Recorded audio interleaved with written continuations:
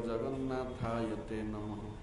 नमस्ते नरसिंहाय प्रह्लाददायिने हिरण्यकशिपूर्वक्षो शिलाटङ्कनखालय तमाधिदेवं करुणानिधानं तमालवर्णं श्वेतावतारम् अपार संसार समुद्रसेतं भजामहे भागवत स्वरूपम्। वृन्दायै तुलसीदेव्यै प्रियायै केशवस्य च कृष्णभक्तिप्रदे देवी सत्यवत्यै नमो नमः। नारायणं नमस्कृत्य नरं चैव नरोत्तमं देवीं सरस्वतीं व्यासो ततो जयमुदीरयेत्। जय श्री कृष्ण चैतन्य प्रभु नित्यानंद श्री अद्वैत गदाधर शिवासादि गौरभक्त वृंद। हरे कृष्ण कृष्ण कृष्ण हरे हरे, हरे राम राम राम हरे हरे। सर्वादौ मध्य गुरुपाद पद्म निजला प्रविष्ट विष्णुपाद स्तोत्र शत श्री श्रीमद भक्ति वैभव गोसाई महाराज अशोक अभय चरण कमल अनंतवार दंडवत प्रणति पूर्वक तद्य अचुकी कृपा कामना करुछि। तेदंडीपादगण गुरु भ्राता वृंद वैष्णव वृंद सज्जन मंडली और मातृमंडली समस्त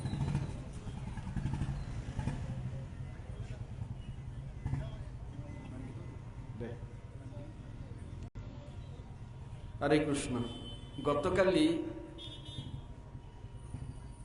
वृत्तासुर प्रसंग रे आमर प्रसंग अपूर्ण रही जाइथिला।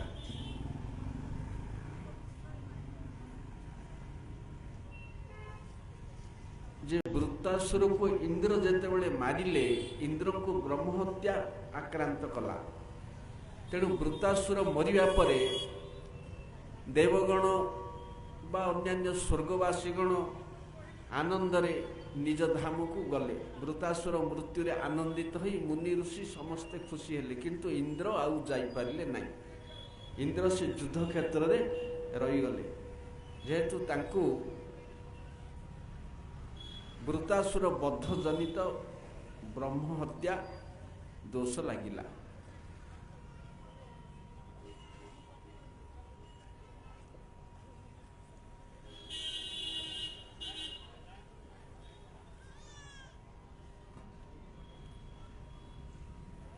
गोटे असुर को मारिकी कहीं ब्रह्म हत्या लगिला।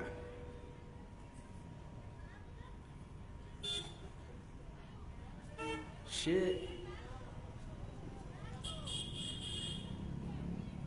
हेले किंतु मु कहली जे आगुरु कही जे वास्तव में वृत्तासुर को इंद्र बद्ध करि पारि नाहंती। कहीं ना इंद्र हाथी सहित जेतेबेले वृत्तासुर पेट भितर थिले सेतेबेले वृत्तासुर समाधिग्रस्त हेई संकर्षण को ध्यान करी संकर्षण धाम को चली गले। तेणु ये जेतेबेले वज्र द्वारा पेट काटिकी बाहर से वृत्तासुर मृत शरीर को ही काटिले। तेणु से बेक काटिया को 365 दिन लगिला, 360 दिन से वज्र। तेणु वास्तव में मृत्यु इंद्रर ही होइछि, वास्तव में मृत्यु इंद्रर ही होइछि, वृत्तासुर रही। इंद्र वृत्तासुर मृत शरीर को काटी कहीं से बाहर ला को वृत्तासुर पलैले धाम को। हेले भी इंद्र को ब्रह्म हत्या लगिला। असुरटा को जदि जीवंता मारी थांते तो ब्रह्म हत्या लगे कथा नहीं, जेहेतु असुर पुणी मृत शरीर को काटिक ब्रह्म हत्या लगिला।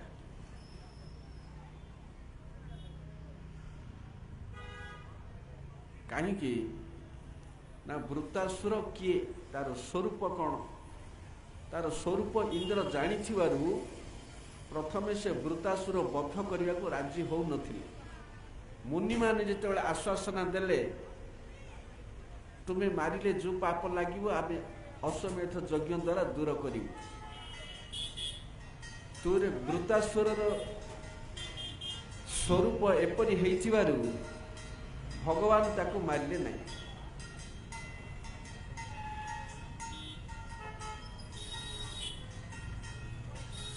वृत्तासुर एक महिमामय व्यक्ति हेइथिबारु भगवान निजे मारिले नहीं कि इंद्र मध्य मारिबा को चाहू नथिले, किंतु कहीं ब्रह्म हत्या लगिला। पुणी असुर होइकरी भगवान धाम को गला। हेले इंद्र को ब्रह्म हत्या गोड़ेला। तापर 1200 सरभूतर भितर लक्ष्य वर्ष काल अनाहार रे दिन काटिले। शिव आ लक्ष्मीकर कृपा जो से ब्रह्म हत्या मुक्त हेले। हेले वृत्तासुर युद्ध क्षेत्र में इंद्र को जो उपदेश सब दौथिले पारमार्थिक उपदेश गोटे असुर होइकरी वास्तव में सी इंद्रर शत्रु रूपे कार्य करुनथिले, वास्तव में गुरु रूप में कार्य करुथिले। इंद्रर गुरुगिरी करुथिले वृत्तासुर। तेणु ये प्रसंग शुणी परीक्षित महाराज पचारे देवानां शुद्ध सत्वानां ऋषिनाम अमलात्मनां मुकुंद चरणे भक्ति प्रायण नोपजायते। ये सप्तगुणी देवदेवी मानकर किंबा विशुद्ध आत्मा मुनि ऋषि मानकर भगवानकर चरण रे भक्ति जात हुए नहीं। देखिए देवदेवी गण रे शुद्ध वैष्णव नहीं, मुनि ऋषि गण रे वैष्णव नहीं, किंतु ये वृत्तासुर पाखरे भक्ति जात किपरि हला। देवदेवी मुनि ऋषि ठू विशुद्ध व्यक्ति ब्रह्मांड रे नहीं, तांको पाखरे जदि हरि भक्ति नहीं आ गोटे असुर पाखरे केमि जात हला, यार कारण कहतु। सुखदेव गोस्वामी कहले जे पूर्वे सुरसेन देश रे चित्रकेतु नाम रे जने राजा थिले। सुरसेन देश रे चित्रकेतु नाम रे जने राजा थिले। तांकर 1 कोटी पत्नी थिले। 1 कोटी पत्नी, 1 कोटी पत्नी थिले मध्य समस्ते बंध्या, समस्ते बंध्या। राजा किंतु सुस्थ सबल विचक्षण पंडित विज्ञ बुद्धिमान प्रजारंजक सब प्रकार सद्गुण रे थिले किंतु बंध्या। दिने राजा घर को ब्रह्मांकर पुत्र देवगुरु बृहस्पति बापा अंगिरा मुनि आसिले। अंगिरा मुनि जेतेबेले आसिले राजा तांको स्वागत सत्कार करी नेले। अंगिरा मुनि राजा को पचारिले आपणकर सबू ठीक अच्छी तो? राजार जदि 7टा अंग ठीक थाए ताहले राजा सुखी, तार परिवार मंत्रिमंडल कोषागार सैन्यबाहिनी ये सब जदि 7टा जिनिस ठीक थाए तबे राजा ठीक, राजा सब ठीक भल। हेले राजा कहले सबू भल जे ता भितरे मु अपुत्रिक निसंतान, तेणु मते गोटे पितृ संतान दरकार। अंगिरा मुनि कहले तुमर पुत्र भाग्य रे नाई, तुम जदि चेष्टा करिवो ताहले असुविधा हो, किंतु राजा जीत धरिले पुत्र पाई। से आत्मदेव ब्राह्मण प्रथम दिन कही महात्म्य रे तोर 7 जन्म पर संतान नहीं, जदि प्रारब्ध विरुद्ध रे काम करिवो ताहले चित्रकेतु भलिया दशा हो बोली कही। से चित्रकेतु ये से चित्रकेतु जबरदस्ती मागिले छुआ, तेणु अंगिरा मुनि गोटे फल आणले। से फलटा देले कहले तुमर रानी की एटा खुएदेव, गोटे पुत्र हब, किंतु से पुत्र तुमर सुख आउ दुखर कारण हब। से पुत्र तुमर उभय सुख दुखर कारण हब कहीकि पलैले। तापर से फलटा तांक स्त्री खाइले। खाइबा परे राजांकर ये गोटे राणी भितर जी प्रथम राणी बड़ राणी कृतद्युति तांक ना, से राणी की से फलटा देले बड़ राणी की। सी यथा समय गर्भ धारण करी गोटे संतान पुत्र जन्म देले। एते दिन पर पुत्र संतान जन्म होइछि बोली राजमहल रे राजधानी रे सर्वत्र आनंद। राजा खुशी होकर प्रजा मान को इंद्र जल वृष्टि कलापरी धन वृष्टि कले। 60 कोटी गाई आका दान कले खाली, आउ धन रत्न टंका सुना भात डाली ये तो अच्छी आउ खाइबा पीवा। एहीपरी मजा मजलिस रे पुत्रर जन्म पालन कले। एहीपरी किछि दिन गला, पिलाटा शोइछि, राणी आसिले उठेवा किंतु शोइछि तो कहीं उठेवा बोली उठेलेनी। किछि दूर रे बसिले अपेक्षा कले। तापर तांकर दासी आइला, दासी की कहले पिला को आने। दासी जेतବେଳେ पिला को आनिबा को गला चबुकेकरी चित्कार करिकरी सेठी मूर्छा होई पड़ीगला। कहीं ना पिलाटार पाटी रु फेण बाहरुची, ता देह कला काठ पड़ी जाइछि, तार आखि ओल्टी जाइछि, पिलाटा को किए विष दे देइछि। से दासी जमती चित्कार करिकरी पड़ीगला। तापरे राणी आसिले, राणी देखिला बेलू तद्रूप अवस्था, सी मध्य चित्कार पड़े। तांकर कांद देखिकी राजा आसिले, मंत्री आसिले, समस्ते आसिले, चारिआडे सब मूर्छा होकर कांदुचंदी। अति कष्ट रे मिलिथिबा धन दूर हो गला। तेणु अंगिरा मुनि कहिथिले ए पिला तुमर सुख दुखर कारण हब। तेणु सेठी गोटे विराट क्रंदन रोल लगिला दीर्घ काल पर्यंत। राजा से पुत्रर मृत शरीर निकट रे सी आ गोटे मृत शरीर पर पड़छन्ति। एमती सब अवस्था एहीपरी अवस्था रे सेई अंगिरा मुनि जी आसीथिले आउ नारद मुनि को धरिकी आसिचन्ति। ए दुई जन देखिले सब पुत्र शोक पालन करुचन्ति समस्ते। तापरे राजा टिके जेतेबेले प्रकृतिस्थ हेले ए दुई जन को देखि चिन्हि पारले नहीं।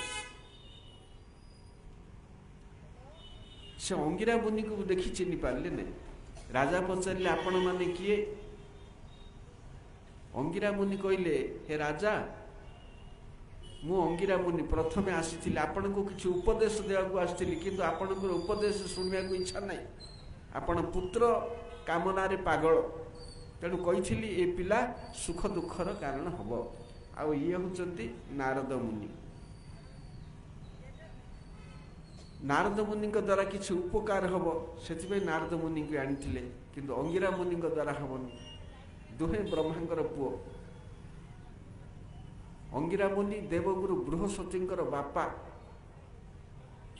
नारद मुनि कहले हे राजा कहीं पुत्र शोक करुच?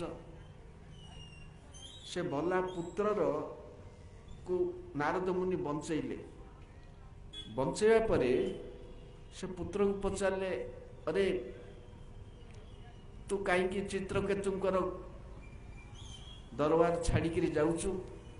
तू तो बंचिले बड़ हेले राजा हबु, तो पितार उत्तराधिकारी हबु, ये राज्य भोग करिउ। तेणु तो पिता माता को दुख सागर रे भसईकरी तो जाऊचु कहीं? से पुओ कहला एमाने मोर को जन्म रे पिता माता थिले? एमाने मो को जन्म रे माने मोर पिता माता थिले? पूर्व जन्म रे ना को जन्म रे? केते पिता माता मु पाइलिनी, का को रखिछि, केते पाइबी, किए रहिबो? तेणु गुड़ाक मोर वास्तव पिता माता नहीं। ये सब भोग करिया मोर इच्छा नहीं।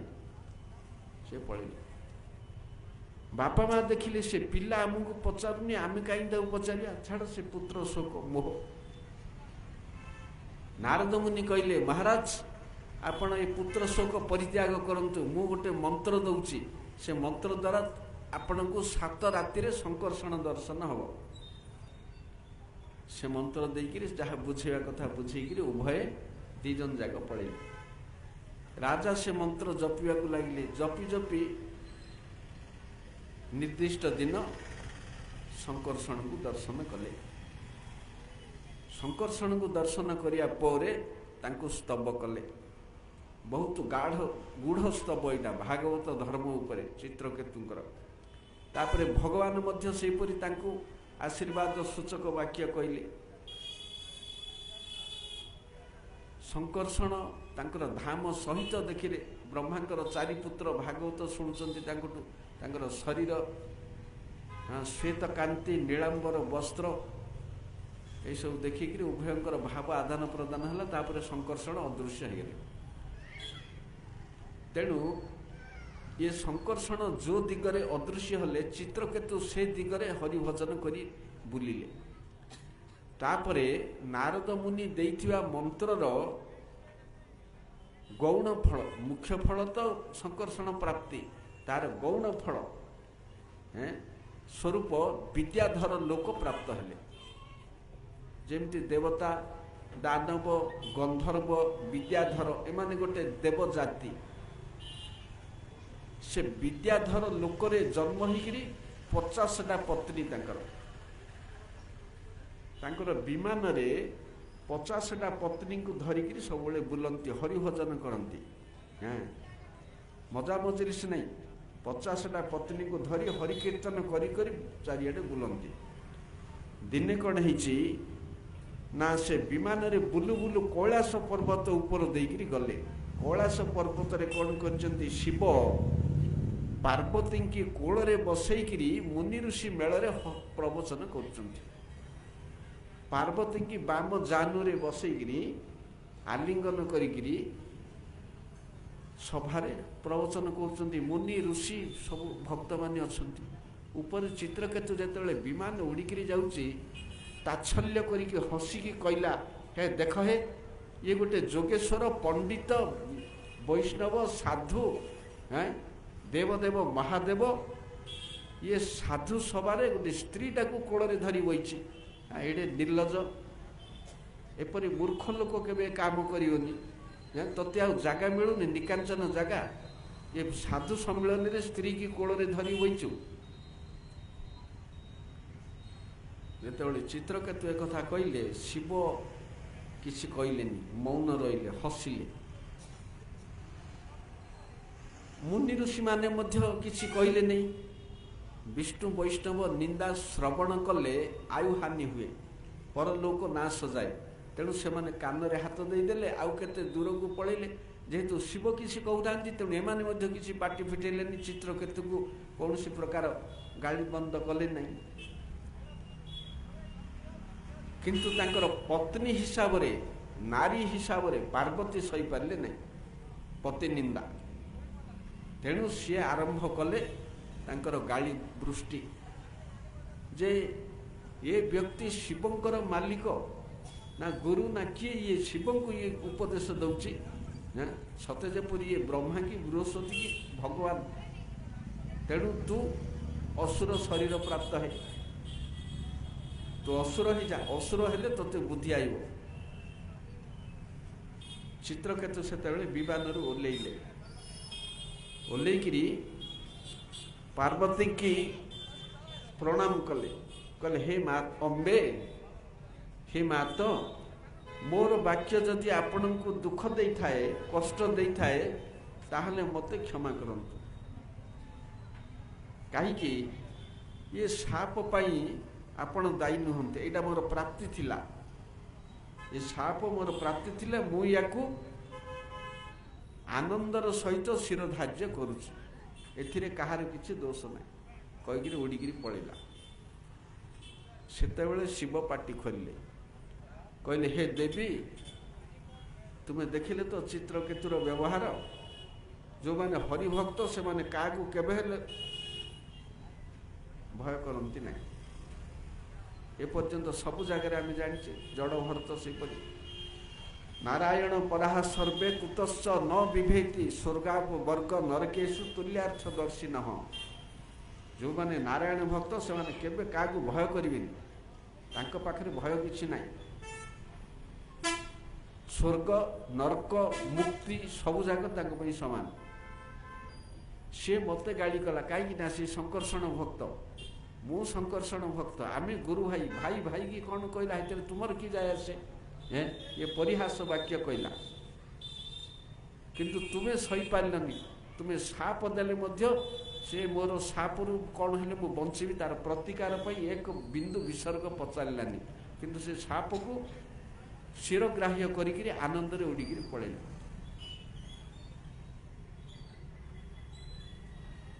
ଇଏ କଥା ଶୁଣିକିରି ପାର୍ବତୀ ଲଜ୍ଜିତ ହେଲେ, ବୋଲେ ତୁମର ଧୈର୍ଯ୍ୟ ନାହିଁ। ଦେଖ, ଗୋଟେ ହରିଭକ୍ତର କେତେ ନିର୍ଭୟ ଆଉ ଧୈର୍ଯ୍ୟ ସାହସ। ତେଣୁ ପାର୍ବତୀଙ୍କ ଶାପରେ ଚିତ୍ରକେତୁ ବୃତାସୁର ହେଲେ। ତେଣୁ ବୃତାସୁର ଅସୁର ହେଲେ ମଧ୍ୟ ଯେପରି ଚିତ୍ରକେତୁ ନାରଦଙ୍କର ଶିଷ୍ୟ ବୈଷ୍ଣବ, ସେହିପରି ବୃତାସୁର ମଧ୍ୟ ବୈଷ୍ଣବ। ତେଣୁ ବୈଷ୍ଣବ ଦ୍ରୋହ କରିବାରୁ ଇନ୍ଦ୍ରକୁ ବ୍ରହ୍ମ ହତ୍ୟା ଲାଗିଲା। ପରଦିନ ପ୍ରସଙ୍ଗରେ ଦେଖିଲେ ଦକ୍ଷ ପ୍ରଜାପତି ଶିବ ନିନ୍ଦା କରୁଥିଲେ। ମୋ ଝିଅକୁ କାହିଁକି ବିବାହ ଦେଲି, ମୋତେ ମୁଣ୍ଡିଆ ମାରୁନି, ମର୍କଟ ଲୋଚନ, ଅମୁକ ସମୁକ ସବୁ। ଦକ୍ଷ ପ୍ରଜାପତିର ଶିବ ନିନ୍ଦା, ଚିତ୍ରକେତୁର ଶିବ ନିନ୍ଦା ଭିତରେ ପାର୍ଥକ୍ୟ ଅଛି। ଦକ୍ଷ ପ୍ରଜାପତି ମୂଳରୁ ଶିବଙ୍କୁ ସିଏ ମାନିନି, ଏକା ଅତି ନ୍ୟୁନ ଦୃଷ୍ଟିରେ ଦେଖିଛି। କିନ୍ତୁ ଚିତ୍ରକେତୁ ଶିବଙ୍କୁ ମାନିଛି, ତାଙ୍କର ଭୂମିକାକୁ, ତାଙ୍କର ମହିମା। ଇଏ ବଡ଼ ଲୋକ, ଯୋଗେଶ୍ୱର, ପଣ୍ଡିତ, ଜ୍ଞାନୀ, ଭାଗବତ, ବୈଷ୍ଣବ, ସାଧୁ, କିନ୍ତୁ ଏପରି କାମ କରୁଛି। ବଡ଼ ଲୋକ ହେଇକିରି ନିଚ କାମ କରୁଛି, ସେଇଟା ତାଙ୍କର ନିନ୍ଦା। କିନ୍ତୁ ଦକ୍ଷ ମୂଳରୁ ଶିବଙ୍କୁ ଘୃଣା ଦୃଷ୍ଟିରେ ଦେଖିଲା, ତେଣୁ ଦକ୍ଷ ମାନବ ଜନ୍ମ ପାଇଲା। କିନ୍ତୁ ଚିତ୍ରକେତୁ ବୃତାସୁର ହେଇକିରି ଅସୁର ଜନ୍ମ ହେଲେ ମଧ୍ୟ ଶଙ୍କର୍ଷଣ ସ୍ମୃତି ତାଙ୍କର ନଷ୍ଟ ହେଇନି। ଯେମିତି ମୃଗ ଶରୀରରେ ଭରତଙ୍କର ଭଗବତ ସ୍ମୃତି ନଷ୍ଟ ହେଇନି। ତେଣୁ ବୃତାସୁର ଯେହେତୁ ବୈଷ୍ଣବ ଥିଲେ, ସେହେତୁ ଭଗବାନ ତାକୁ ମାରିବାକୁ ଚାହିଁଲେ ନାହିଁ। ଇନ୍ଦ୍ର ମଧ୍ୟ ଇଚ୍ଛା ନଥିଲା, ତେଣୁ ତାକୁ ମାରିକିରି ବ୍ରହ୍ମ ହତ୍ୟା ଲାଗିଲେ।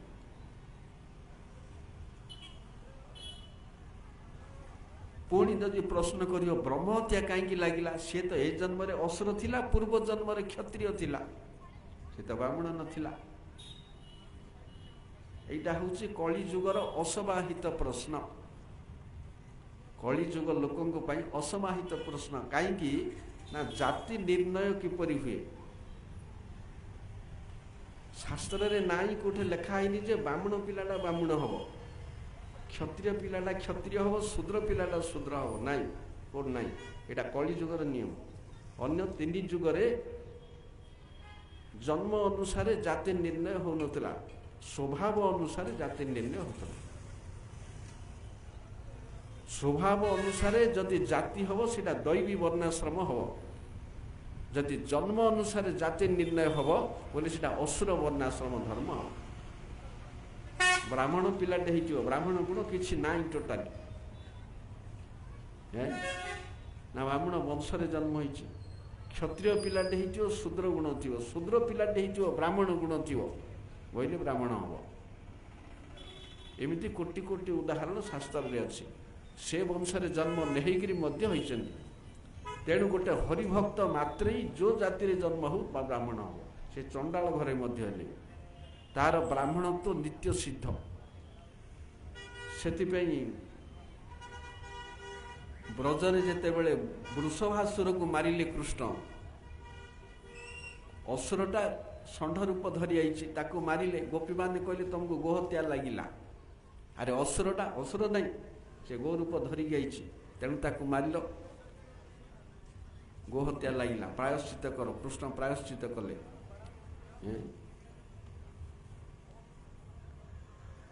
सेमिति गोटे कर्मकांडीय ब्राह्मण सी हूँ सामाजिक ब्राह्मण हरिभक्त हूँ पारमार्थिक ब्राह्मण तार ब्राह्मणत्वटा नित्य सिद्ध। अग्नि सूर्य कर्मकांडीय ब्राह्मण तीनटा जाकठू वैष्णवर तेज अधिक अग्नि सूर्य ब्राह्मण तेजियान वैष्णव सदा से वैष्णव को मारिया को भय ब्राह्मण को बद्ध कले पाप वैष्णव को खाली हसिले अपराध से मारिबा गाली देवा आउरी उपर उपर खाली वैष्णव देखी हसिदेले से शेष सीटा आमर दशम स्कंद द्वारका लीला आइब वैष्णव अपराध। तेणु वृत्तासुर हरिभक्त थिबा जगु इंद्र को ब्रह्म हत्या लगिला अश्वमेध यज्ञ से दूर होता नहीं जेहेतु वैष्णवर दोषटा पापटा वैष्णव द्वारा ही दूर है शिव आ लक्ष्मी कृपा कोटी अश्वमेध यज्ञ से होता नहीं तेणु से संकर्षण धाम को चलीगले ये पचारि कहीं तार एत हरिभक्ति थिला ना पूर्व जन्मटा ये सरला तापर सप्तम स्कंद को आसिया परीक्षित महाराज पचारिले भगवान कहीं पक्षपात करते जितेबले देव जानव युद्ध जेते ही भगवान सबुबले देवता पक्षरे रहीकि असुर को मारती केबे हेले असुर पक्ष नहीं कहीं असुर पक्षर तांकर किछि क्षति नहीं कि देवता पक्षर तांकर किछि लाभ नहीं आंकठू पाइबार किछि नहीं तांकठू हरैबार नहीं तेबे से कहीं आंक पक्ष नहीं तांको मारुचंदी गीतारे कहउचंती मु समदर्शी मोर प्रिय किए नहीं अप्रिय किए नहीं समोहम सर्वभूतेषु न मे द्वेष्यस्तन प्रिय मोर प्रिय नहीं अप्रिय नहीं किंतु ये पक्षपात कहीं कले जी समदर्शी निष्पक्ष निरपेक्ष तांकर एटा निरपेक्षता हानि है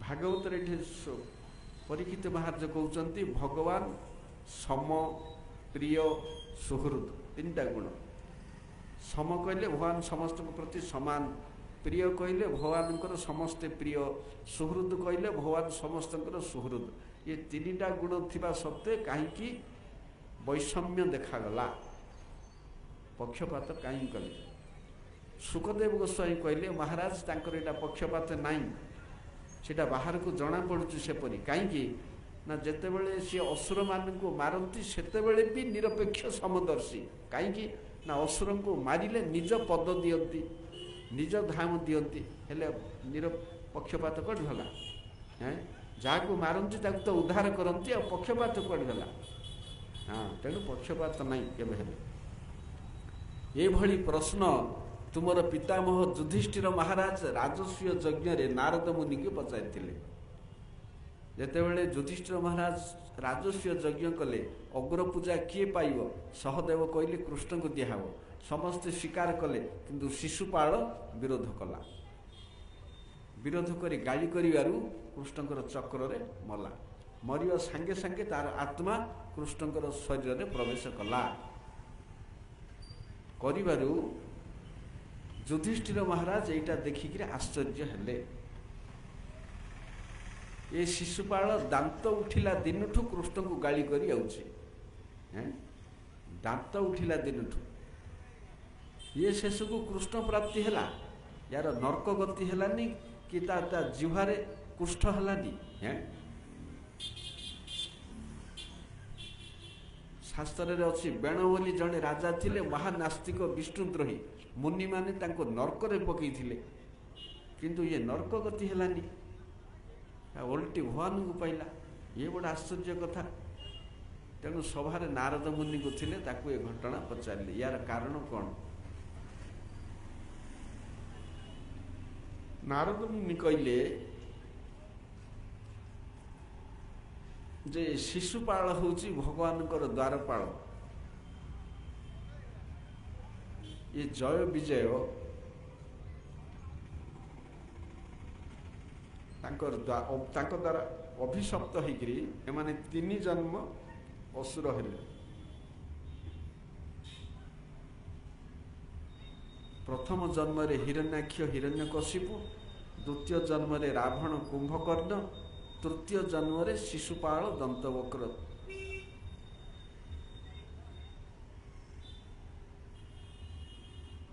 ये हिरण्यकशिपु रो 5 वर्षीय पुत्र प्रह्लाद जे कि अति जितेन्द्रिय समदर्शी शांत निर्भयर सर्वभूत हितैषी महाभागवत ये सबु गुण रे परिपूर्ण से 5 वर्षीय पिला प्रति जेतेबेले द्रोह आचरण कला नृसिंहदेव तांको मारिले आउ हिरण्याक्ष को बराहदेव मारिले पुणी से माने रावण कुंभकर्ण हेकिरी रामंग हाथ रे मले तापर शिशुपाल दंतवक्र होकर कृष्ण हाथ में मल्ले तुम आगे देखिल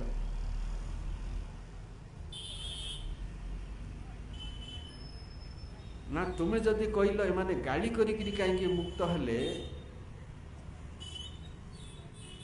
ना तस्मात् केनाप्युपायेन मनः कृष्णे निवसयेत् जीवर कर्तव्य होची कौनसी उपाय मध्य कृष्ण ठारे मन दवाकू हब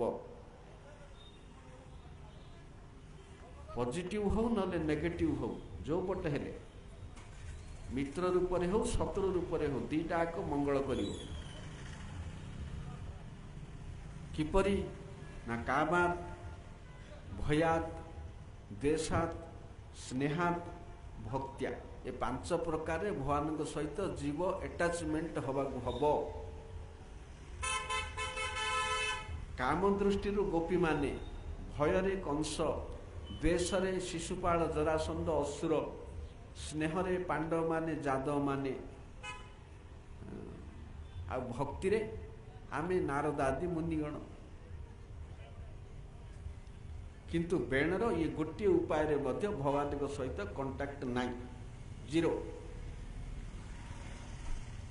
गोपी माने कृष्ण को भगवान बोली जानते नहीं उपपत्ति ज्ञान रे रास पंचाध्याय रे परीक्षित महाराज कहते एमान तो ताकू ब्रह्म बोली जानू नथिले उपपत्ति जार पुरुष ज्ञान करथिले किंतु भगवान ब्रह्म हेतु उद्धार पाइले कंस सबुले खाइले पीले बसिले उठिले भय होइकरी खाली कृष्ण कथा चिंता करथला दिन राति 24 घंटा किंतु शत्रु रूप रे केते बेले आसीबे मु तांको मारिबी काई तथापि तांकर मुंडरे कृष्ण चिंता ही थिला ଶିଶୁପାଳ ଜରାସନ୍ଧ ଏମାନେ ସବୁବେଳେ କୃଷ୍ଣଙ୍କୁ ଦେଖନ୍ତି, ଗାଳି କରନ୍ତି, ନାଁ ଉଚ୍ଚାରଣ ହୁଏ। ଆଉ ପାଣ୍ଡବମାନେ ସ୍ନେହାର୍ଥ, ତାଙ୍କର ଆତ୍ମୀୟ ସ୍ୱଜନ, ଆଉ ଅନ୍ୟମାନେ ଭକ୍ତିରେ। କିନ୍ତୁ ବେଣର କୌଣସି ଉପାୟ ମଧ୍ୟ ନାହିଁ, କିଛିରେ କନେକ୍ସନ୍ ନାହିଁ, ତେଣୁ ନରକକୁ ଗଲା। ତେଣୁ ଏ 5 ପ୍ରକାରରୁ କୌଣସି ପ୍ରକାର ମଧ୍ୟ କୃଷ୍ଣଙ୍କର ସହିତ ମନ ରହିବାକୁ ହବ। ତେଣୁ ଇଏ ଶତ୍ରୁ ହିସାବରେ ରହିଲା। ତାପରେ ଯୁଧିଷ୍ଠିର ମହାରାଜ ପଚାରିଲେ, ଇଏ ବିଷ୍ଣୁଙ୍କର ଦୂତମାନଙ୍କୁ କିଏ ଶାପ ଦେଲା? ବିଷ୍ଣୁ ଦୂତମାନେ ତ ପାର୍ଷଦମାନେ କେବେ ଶାପର ଯୋଗ୍ୟ ନାହିଁ କି ଶାପର ଅଧୀନ ନାହିଁ। ତାପରେ ଇଏ ହିରଣ୍ୟକଶ୍ୟପ ତାର 5 ବର୍ଷର ପିଲାକୁ କାହିଁକି ଦ୍ରୋହ କଲା? 5 ବର୍ଷର ପିଲା କେବେ ଶତ୍ରୁ ହୁଏ ନା, ଦୁଷ୍ଟ ହେଲେ ବଦମାସ ହେଲେ ବି ଶତ୍ରୁ ହୁଏ ନା।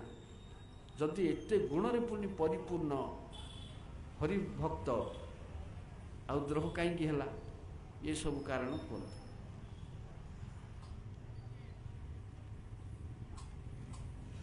ନାରଦ ମୁନି କହିଲେ, ଥରେ ବ୍ରହ୍ମାଙ୍କର 4 ପୁତ୍ର, ଯେଉଁ 4 ପୁତ୍ର ନାରଦଙ୍କୁ ଭାଗବତ ଶୁଣେଇଥିଲେ ପ୍ରଥମ ଦିନ, ସନକ, ସନନ୍ଦନ, ସନାତନ, ସନତ କୁମାର, ଏ 4 ଜଣ ବିଷ୍ଣୁ ଦର୍ଶନ ପାଇଁ ବୈକୁଣ୍ଠକୁ ଗଲେ। ଗୋଟେ ପରେ ଗୋଟେ 6ଟା ଦ୍ୱାର ଅତିକ୍ରମ କଲେ। 7ମ ଦ୍ୱାରରେ ଦ୍ୱାରପାଳ ଥିଲେ ଜୟ ବିଜୟ, ସେମାନେ ରୋକିଦେଲେ, ୟାଙ୍କୁ ଛାଡ଼ିଲେନି। ଏ ଲଙ୍ଗଳା ପିଲା 4ଟା କୁଆଡ଼ୁ ଆଇଛନ୍ତି ବୋଲିକିରି ତାଙ୍କୁ ନ ଚିହ୍ନିକିରି ଛାଡ଼ିଲେନି। ନ ଛାଡ଼ିବାରୁ ସେମାନେ ଶାପ ଦେଲେ, ତୁମେମାନେ ବିଷ୍ଣୁ ପାର୍ଷଦ, ତୁମର ଭେଦ ବୁଦ୍ଧି କାହିଁକି ହେଲା? ଏ ବୈଷମ୍ୟ ଜ୍ଞାନ କାହିଁକି ହେଲା? ତୁମେ ଏ ଜାଗାରେ ରହିବା ଉଚିତ ନାହିଁ, ତୁମେ ଅସୁର ହେଇକିରି ପଳା। ଏମାନେ ତାଙ୍କ ପାଖରେ ଅପରାଧ କଲେ, ସେମାନେ ଆଙ୍କୁ ଶାପ ଦେଲେ। ଏଭଳିଆ ସବୁ ଚାଲିଛି। ଏହି ସମୟରେ ବିଷ୍ଣୁ ଆଇଲେ ଲକ୍ଷ୍ମୀ ଗରୁଡ଼ଙ୍କୁ ଧରି। ଏମାନେ ଦୁଃଖ କଲେ, ଏମାନଙ୍କୁ ଆମେ ଛାଡ଼ିଲୁ ନାହିଁ। ସେମାନେ ଦୁଃଖ କଲେ, ଆପଣଙ୍କ ପାର୍ଷଦକୁ ଶାପ ଦେଲୁ। ତେଣୁ ଯେତେବେଳେ ଉଭୟ ପରସ୍ପରକୁ ଏପରି ଅପରାଧ କରି ଅନୁତାପ କରୁଥିଲେ, ଭଗବାନଙ୍କୁ କହିଲେ, ମୋର ଇଚ୍ଛାରେ ହେଇଛି। କାହିଁକି? ମୁଁ ଚାହୁଁଥିଲି ଯୁଦ୍ଧ କରିବାକୁ। ଯୁଦ୍ଧ କଲେ ଗୋଟେ ଆନନ୍ଦ ମିଳେ, ତା ନାଁ ହେଉଛି ବୀର ରସ। ବୀର ରସ ଆସ୍ୱାଦନ କରିବାକୁ ମୋର ଇଚ୍ଛା ଥିଲା। କିନ୍ତୁ କାହା ସହିତ ଯୁଦ୍ଧ କରିବି? ମୋର ଭକ୍ତ ସହିତ। ତେଣୁ ସେମାନଙ୍କୁ ମୁଁ ଅଭିଶପ୍ତ କରେଇଲି ତୁମ ଦ୍ୱାରା।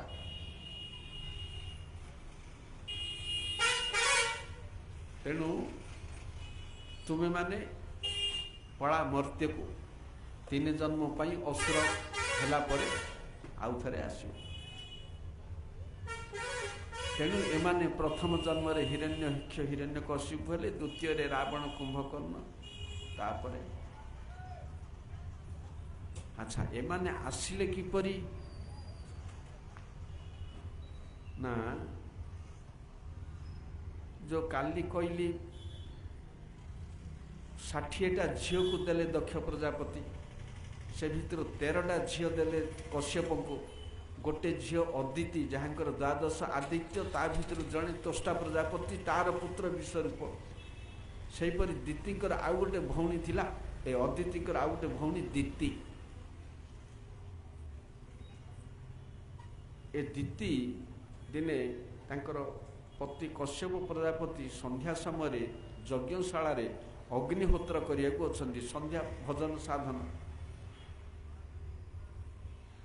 ଏ ଦିତି ସେହି ସମୟରେ କାମ ବାଣରେ କ୍ଷୁବ୍ଧ ହୋଇକରି ପତିଙ୍କ ପାଖକୁ ଆଇଲେ। କନ୍ଦର୍ପ ବେଗ ସହିପାରିଲେ ନାହିଁ।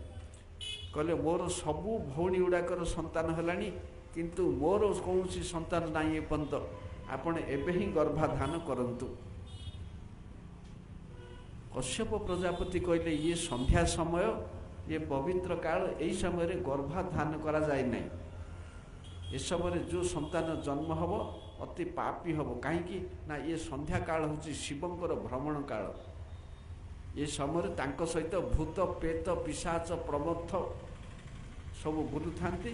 ତେଣୁ ଯେତେବେଳେ ଗର୍ଭ ହେବ ସେମାନେ ସେ ଗର୍ଭ ଭିତରେ ପ୍ରବେଶ କରନ୍ତି। କିନ୍ତୁ କାମ ଜ୍ୱାଳା ଏତେ ପ୍ରବଳ, ଦ୍ୱିତୀୟ ଆଉ ତାକୁ ସହିପାରିଲେନି। ସେ କହିଲେ ନାଇଁ ଶିବ ଏମିତି ଆମ ପ୍ରତି କରିବେନି, ସେ ସବୁ ଆମ ଲୋକ, ନାନା କଥା କହିକି ତାଙ୍କୁ ଭୁଲେଇଲେ। ତେଣୁ ଦିତିଙ୍କର ଅନୁରୋଧକୁ ଏଡ଼େଇ ନ ପାରି କଶ୍ୟପ ପ୍ରଜାପତି ସନ୍ଧ୍ୟା କାଳରେ ଗର୍ଭାଧାନ କରେଇଲେ। ତାପରେ ସ୍ନାନ ଶୌଚ ହେଇକିରି ଯଜ୍ଞଶାଳାକୁ ଆଇଲେ। କହିଲେ ହେ ପ୍ରିୟ, ସନ୍ଧ୍ୟା ସମୟରେ ଗର୍ଭାଧାନ ହେଇଥିବା ଯୋଗୁଁ ତୁମଠାରୁ ତୁମ ଗର୍ଭରୁ 2ଟା କୁଳାଙ୍ଗାର ପିଲା ଜନ୍ମ ହେବେ।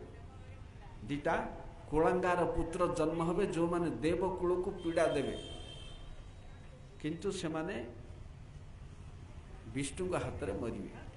ଆଉ ତାଙ୍କ ବଂଶରେ ଗୋଟିଏ ମହାଭାଗବତ ପୁତ୍ର ଜନ୍ମ ହେବ। ହେଲେ ଏ ଘଟଣା ମଧ୍ୟ ଦିତିଙ୍କୁ ଦୁଃଖ ଲାଗିଲା, ସୁଖ ଲାଗିଲା। ସମସ୍ତଙ୍କୁ ପୀଡ଼ା ଦେବେ, କୁଳାଙ୍ଗାର ବିପଦର କାରଣ, ଅଶାନ୍ତିର କାରଣ ବୋଲି ଦୁଃଖ ହେଲା। ସୁଖ ଏତିକି ହେଲା ଯେ ଯାହା ହଉ ବିଷ୍ଣୁ ହାତରେ ମରିବେ, ଉଦ୍ଧାର ପାଇବେ, ଆଉ କୂଳ ଉଜ୍ଜ୍ୱଳ କରିବାକୁ ଗୋଟେ ବୈଷ୍ଣବ ଜନ୍ମ ହେବ।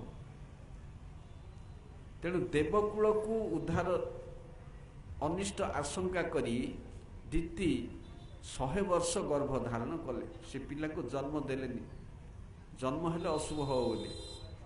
ସେ ପିଲାମାନେ ଗର୍ଭକୁ ଆସୁ ଆସୁ ବ୍ରହ୍ମାଣ୍ଡରେ ପ୍ରଳୟ ଆରମ୍ଭ ହେଲା। ଗର୍ଭ ପ୍ରବେଶ କରୁ କରୁ ଉପରୁ ପତନ ହେଲା, ଜଗତରେ ହାହାକାର କଲେ। ବିଷ୍ଣୁ ପାର୍ଷଦଙ୍କର ପତନ ହେଉଛି ବୋଲି ସମସ୍ତେ ହାହାକାର କଲେ। ଏ 4 ସାପ ଦାତାଙ୍କୁ ଛାଡ଼ିକିରି ସମସ୍ତେ ହାହାକାର କଲେ। ସେମାନେ ଯେତେବେଳେ ଗର୍ଭ ଭିତରକୁ ଆସିଲେ, ସମୁଦ୍ର ଉଦ୍ବେଳିତ ହେଲା, ଗ୍ରହ ନକ୍ଷତ୍ର କକ୍ଷଚ୍ୟୁତ ହେଲେ, ଚାରିଆଡ଼େ ସବୁ ଅଶୁଭ ଲକ୍ଷଣ ଦେଖାଦେଲା। ଗର୍ଭକୁ ଆସୁ ଆସୁ ଏ ଗର୍ଭବାସ କାଳରେ ଏହିପରି ସବୁ ହେଲା। ହେଲେ ଆହୁରି କ'ଣ ଅସୁବିଧା ହେବ ବୋଲି ଭାବିକିରି 100 ବର୍ଷ ଗର୍ଭରେ ରଖିଲେ। କେତେ ଦିନ ରଖିବେ? ତାପରେ ପ୍ରସବ କଲେ। ଏ ଯିଏ ପ୍ରଥମେ ଜନ୍ମ ହେଲା ତାକୁ ନାଁ ଦେଲେ ହିରଣ୍ୟକଶିପୁ, ତାପରେ ହିରଣ୍ୟାକ୍ଷ ଦ୍ୱିତୀୟ ପୁତ୍ର। ଏମାନେ ହେଉଛନ୍ତି ବ୍ରହ୍ମାଣ୍ଡର ଆଦି ଦୈତ୍ୟ। ୟାଙ୍କ ପୂର୍ବରୁ ଦୈତ୍ୟ ଦାନବ କିଏ ନଥିଲେ ବ୍ରହ୍ମାଣ୍ଡରେ। ସୁଖରେ ଚାଲୁଥିଲା ସଂସାର, କିନ୍ତୁ ଏଇଭଳି ପରିସ୍ଥିତି ହେଲା। ଇଏ ହିରଣ୍ୟାକ୍ଷ ବ୍ରହ୍ମାଣ୍ଡ ଦିଗ୍ବିଜୟ କରିବାକୁ ଯାଇ ଯାଇ ପାତାଳରେ ପହଞ୍ଚିଲା, ଗର୍ଭୋଦକ ସାଗର। ଗର୍ଭୋଦକ ସାଗର ଯେଉଁଠି ବିଷ୍ଣୁ ଅଛନ୍ତି, ବ୍ରହ୍ମାଙ୍କର ପିତା।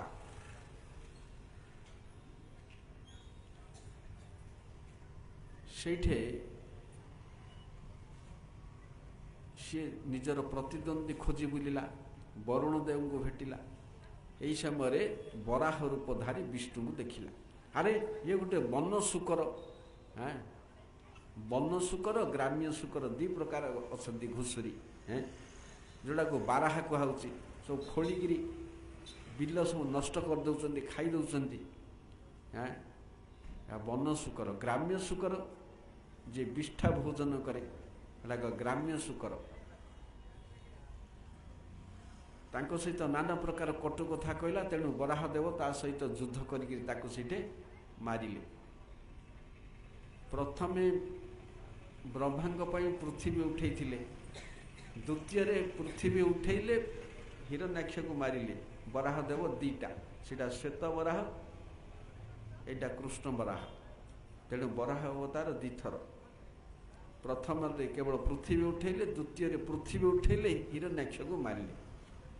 ହିରଣ୍ୟାକ୍ଷକୁ କାହିଁକି ମାରିଲେ ବୋଲି ହିରଣ୍ୟକଶିପୁର ବିଷ୍ଣୁଙ୍କ ଉପରେ ଦ୍ରୋହ ଆରମ୍ଭ ହେଲା, ତାଙ୍କୁ ଯେମିତି ମାରିବେ। ତାପରେ କ'ଣ କଲା ନା ପୃଥିବୀରେ ଯାଇକି ଉପଦ୍ରବ ସୃଷ୍ଟି କରିବା ପାଇଁ ଅସୁରମାନଙ୍କୁ ପଠେଇଲା। ଏ ଦେବତାମାନେ ବିଷ୍ଣୁ ପକ୍ଷ, ଇଏ ପୃଥିବୀରେ ଯେଉଁମାନେ ଯଜ୍ଞ କରନ୍ତି, ତପସ୍ୟା କରନ୍ତି, ବେଦ ପାଠ କରି ଧର୍ମ ଅର୍ଜିଲେ ଦେବତାମାନଙ୍କର ବଳ ବଢ଼େ ବୋଲିକିରି ବୋଇଲା, ଯେଉଁଠି ଯଜ୍ଞ ହେଉଛି ଧ୍ୱଂସ କର, ବେଦ ପାଠ ବନ୍ଦ କର, ସବୁ ଘର ଦ୍ୱାର ନିଆଁ ଲଗେଇକିରି ପୃଥିବୀରେ ଧ୍ୱଂସ ସୃଷ୍ଟି କର। ତାଙ୍କୁ ସିଆଡ଼େ ପଠେଇଦେଲା। ତାପରେ ନିଜେ ବିଷ୍ଣୁକୁ ତ ମାରିବା ପାଇଁ ଚିନ୍ତା କରୁଛି, କ'ଣ କରିବା? ସେ ଚାହିଁଲା ମୁଁ କିପରି ଅଜର, ଅମର, ଅଜେୟ ହେବି, ବୁଢ଼ା ହେବି ନାହିଁ, ମୃତ୍ୟୁ ହେବ ନାହିଁ, କି ପରାଜୟ ହେବି ନାହିଁ ବୋଲି ଯାଇ ମନ୍ଦର ପର୍ବତ ଉପତ୍ୟକାରେ ବ୍ରହ୍ମାଙ୍କୁ ତପସ୍ୟା କଲା। 36,000 ବର୍ଷ। 36,000 ବର୍ଷ गोटे जगार ठिया होकर बुढ़ा आंगुठी ठिया होती, दीटा बुढ़ा आंगुठी ठिया होकर ऊपर को अनेक ऊपर को हाथ टेकिक ठिया होकर तपस्या कला। एपरी तीव्र तपस्या फल मुंडरू अग्नि उद्गीरण है। अग्नि उद्गीरण होकर ऊपर लोक सब जलिया लगिला। तापर देवता माने सही पारे, भयंकर जंत्रणा पाइले। ये गोटे जगार निश्चल होकर ठिया हो 36,000 वर्ष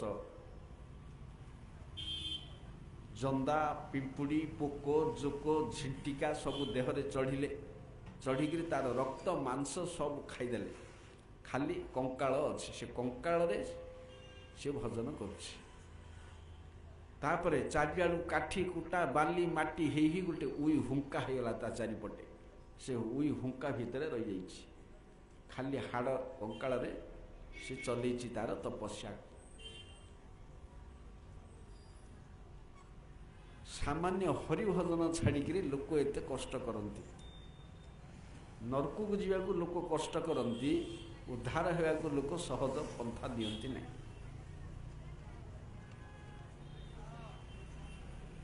जेतेबेले एहीपरि 36,000 वर्ष काल ऊपर सब पीड़ा पाइले, से माने जे ब्रह्मा को कहले देवता माने, पितामह आपणकर लोक प्राप्त होगा ये तपस्या करुछि, तेणु आमे सब अब ये रही पारनु। तापर बोले मु जाऊँगी ताको दर्शन देले तार तपस्या बंद हो। ब्रह्मा आइले, ब्रह्मा प्रथम हिरण्यकशिपु को देखी पारे ना, सी भितर रही जाइछि। तापर देखिले जेतेबेले ता भितरे अछि कमंडल टिके पानी आनी ताको पकेदेले, पकेदेबारु तार देह आउ थे सुना भाया वज्र भाया होगला। ब्रह्मा को मुंडिया मारला। ब्रह्मा कहले ओह हिरण्यकशिपु तुमर कि उग्र तीव्र तपस्या, आज पर्यंत किए एपरी करिनी तपस्या। ये भृगु दक्ष मुनि माने मध्य तपस्या करना, तमर तपस्या समस्त को टपी जाइए, तुम्हें जहाँ मागियो वर मु ताहा देवी। एपरी तपस्या किए करिनी,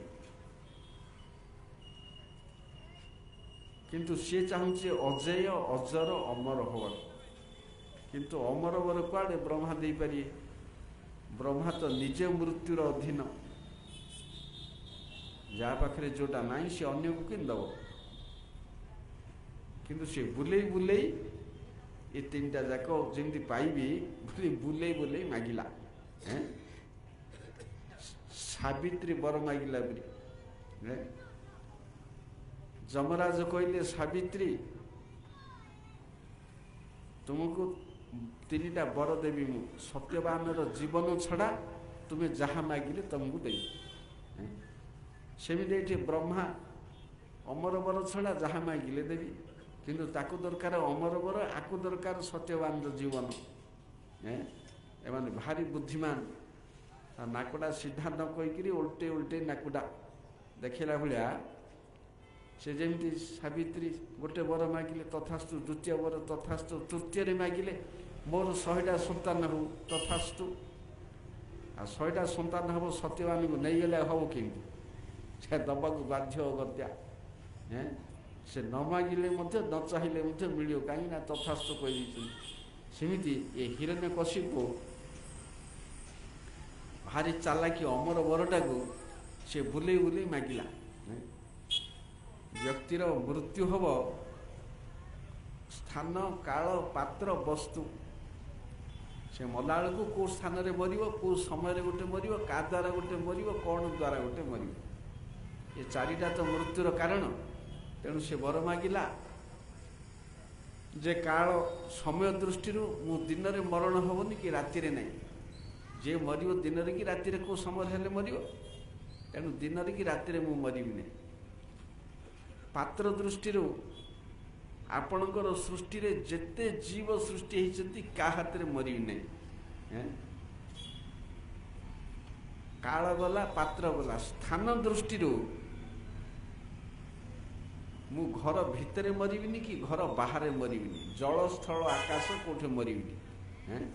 ଗଲା ବସ୍ତୁ ଦୃଷ୍ଟିରୁ ଅସ୍ତ୍ର ଶସ୍ତ୍ର ବିଷ ନିଆଁ କାହିଁରେ ମଧ୍ୟ ମରିବିନି। ଇଏ ବର ଯେତେ କଠିନ ହେଲେ ମଧ୍ୟ ବ୍ରହ୍ମା ତଥାସ୍ତୁ ବୋଲି ଦେଇକିରି ନିଜ ଧାମକୁ ପଳେଇଲେ। ବର ଯେତେବେଳେ ମିଳିଗଲା ଉତ୍ପାତ ଆରମ୍ଭ ହେଲା। ଏଠୁ ଉତ୍ପାତ ଆରମ୍ଭ ହେଲା। ତାକୁ ଆଉ କିଏ କିଛି କରିପାରିବନି, କାହିଁ ସବୁଯାକ ବର ତା ହାତରେ ଅଛି। ଏପରିକି ତାକୁ କିଏ ସାପ ଦେଇପାରିବନି ମଧ୍ୟ, କାହିଁକିନା ସମସ୍ତଙ୍କଠୁ ତପଶକ୍ତି ଅଧିକ। ଆର କେଉଁ ମୁନି ଋଷି ବ୍ରହ୍ମର୍ଷି ରାଗିକିରି ସାପ ମଧ୍ୟ ଦେଇପାରିବେ। ସମଗ୍ର 14 ଭୁବନ ଜୟ କଲା। ବ୍ରହ୍ମା ବିଷ୍ଣୁ ଶିବ ଏ 3 ଜଣଙ୍କୁ ଛାଡ଼ିଲେ 14 ଭୁବନର ସମସ୍ତେ ତା ଅଣ୍ଡରରେ। ମୁନି ଋଷି ଦେବ ଦାନବ ବିଦ୍ୟାଧର ମନୁଷ୍ୟ ପିତୃପୁରୁଷ ମନୁ ସିଦ୍ଧ ଗନ୍ଧର୍ବ ନାଗ ସବ ତା ଅଣ୍ଡରରେ। ସେ ସମସ୍ତଙ୍କୁ ନିଷ୍ପେଷିତ କରିବାକୁ ଲାଗିଲା, ସମସ୍ତଙ୍କୁ ହଇରାଣ କରିବାକୁ ଲାଗିଲା, ଦେବତାମାନଙ୍କୁ ପ୍ରବଳ ଦଣ୍ଡ ଦେବାକୁ ଲାଗିଲା। କାହା କଥା ଶୁଣିବାକୁ ନାହିଁ। ଭୋଗ ବିଳାସ ପ୍ରଚୁର, ମଦ୍ୟପାନ, ଦିଗ୍ବିଜୟ, ଖାଲି ଏସବୁ। ଏ ବ୍ରହ୍ମାଣ୍ଡର ଚାରିଆଡ଼ୁ ସମସ୍ତେ ଆସିକି ତାକୁ ଉପହାର ଦେଇକରି ସନ୍ତୁଷ୍ଟ କଲେ। ତେଣୁ ଏହିପରି ଭାବରେ ଦୀର୍ଘ କାଳ ପର୍ଯ୍ୟନ୍ତ ଭୋଗ ବିଳାସ କରି ମଧ୍ୟ ଶାନ୍ତି ପାଇପାରିଲା ନାହିଁ। ଶାନ୍ତି ସେଥିରେ ଥିଲେ ସିନା ଶାନ୍ତି ପାଇବ।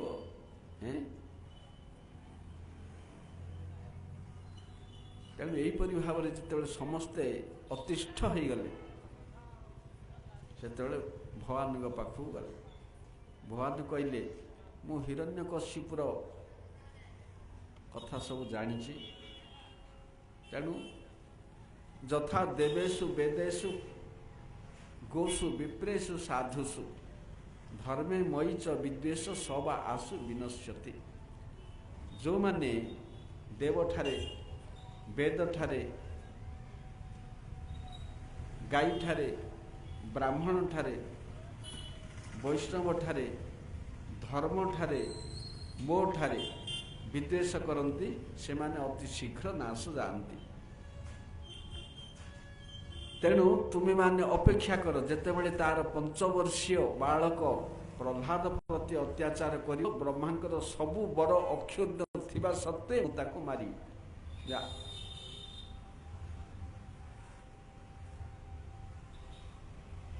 ବୋଇଲେ ବ୍ରହ୍ମାଣ୍ଡବାସୀ ଦୁଃଖ ପାଉଛନ୍ତି, କିନ୍ତୁ ଭଗବାନ ତା ପ୍ରତି ନଜର ନାହିଁ। କିନ୍ତୁ ଗୋଟେ ପିଲା ତା ଉପରେ ଫୁଲ ପଡ଼ିଲେ ଫଟକା, ଆଉ ତାକୁ ମୁଁ ରଖିବିନି। କାହିଁକି ନା ହରିଭକ୍ତ ତାଙ୍କର ଏତେ ପ୍ରିୟ, ସେଇଟା ହେବାକୁ ଯାଉଛି, ପାଖେଇ ଆସିଲାଣି ଟାଇମ୍, ଅପେକ୍ଷା କର, ତାପରେ ତାର ସର୍ବନାଶ। ଇଏ ଗଲା ଆର ଅବସ୍ଥା। ଏପଟେ ପୁଅର କଥା, ଯାହା ପ୍ରତି ଇଏ ଦ୍ରୋହ ଆଚରଣ କରିବ, ସିଏ କିଏ? ଏ ବ୍ରହ୍ମାଣ୍ଡର ଅନନ୍ତ କୋଟି ଜୀବଠୁ ତା ଜୀବନଟା ମୂଲ୍ୟବାନ।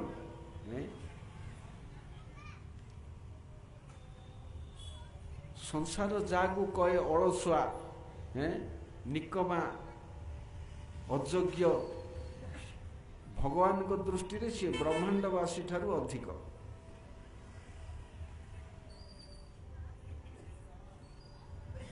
ସଂସାରରେ ଯିଏ ହେଲେ ବି କହନ୍ତା 5 ବର୍ଷରୁ କ'ଣ ହରିଭଜନରେ ଛାଡ଼େ ଏଗୁଡ଼ା।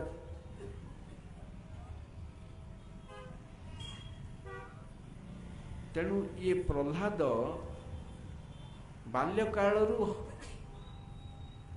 ହରିଭଜନ ବଳରେ ପିଲାମାନଙ୍କ ଭଳିଆ ଖେଳା ଖେଳି, ଦୌଡ଼ା ଦୌଡ଼ି, ଦୁଷ୍ଟାମି, ଖାଇବା ପିଇବା, ଛଡ଼େଇବା ଚୋରି ଏସବୁ ଗୁଣ ତ ନାହିଁ। ପୁଣି ଜିତେନ୍ଦ୍ରିୟ, ସବୁବେଳେ ଭାବଗ୍ରସ୍ତ ହେଇକିରି ରହନ୍ତି। କେତେବେଳେ ହସୁଥାନ୍ତି, କେତେବେଳେ କାନ୍ଦୁଥାନ୍ତି, କେତେବେଳେ ଗଡ଼ୁଥାନ୍ତି, କେତେବେଳେ ମୂର୍ଚ୍ଛା ହେଇକିରି ପଡ଼ିଯାଆନ୍ତି। ଦେହର କାମ ସବୁ କିପରି ହେଉଥାଏ ନା ସବୁ ଭଗବାନ ଆସିକିରି କରିକିରି ଯାଉଥାନ୍ତି। ଭଗବାନ କେତେବେଳେ ତାଙ୍କୁ ଖୁଉଥାନ୍ତି, ଶୋଉଥାନ୍ତି, ଉଠଉଥାନ୍ତି, ସେ ଜାଣିପାରନ୍ତି ନାହିଁ। କାହିଁକି ନା କୃଷ୍ଣ ଗ୍ରହ ଗହିରାତ୍ମା। ଯେମିତି ଗୋଟେ ଲୋକ ଭିତରେ କ'ଣ ଗ୍ରହ ପ୍ରବେଶ କଲେ ସିଏ କିଛି କରିପାରିନି, ସେ ଗ୍ରହ ତାକୁ କଣ୍ଟ୍ରୋଲ କରେ। ସେମିତି ପ୍ରହ୍ଲାଦ ଭିତରେ କୃଷ୍ଣ ରୂପକ ଗ୍ରହ ପ୍ରବେଶ କରିଛନ୍ତି। तेणु सी जहाँ करते ये ताहा करते। गोविंद परिरंभित, गोविंद द्वारा ही सुरक्षित पालित, तेणु निजर ड्यूटी किसी करने पड़े ना। कहीं गीतार निजे कहते परा जोग क्षेम बहाम्यहं, जे मोर अनन्य भजनकारी तार सबु दायित्व मु निए। तेणु एपरी प्रशांतात्मा जितेन्द्रिय अनन्य हरिभक्त,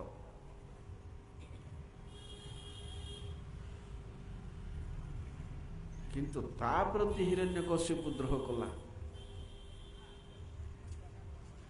हेले ताकू जेतेबेले 5 वर्ष बयस हैला, हिरण्यकश्यप ताकू विद्या शिक्षा करिया पाई आरंभ कला। कहीं 5 वर्ष रे विद्या शिक्षा आरंभ हुए। हेले असुर मानकर कुलगुरु शुक्राचार्य, शुक्राचार्यंकर 2टा पुओ थिले षंड अमरका। ये 2 जण हिरण्यकश्यपुर घर निकट में रहते, तांको हाथ में प्रहलादर पाठ पढ़ा दायित्व देला। से माने राजांकर पुत्र को अति आग्रह रे पढ़िले।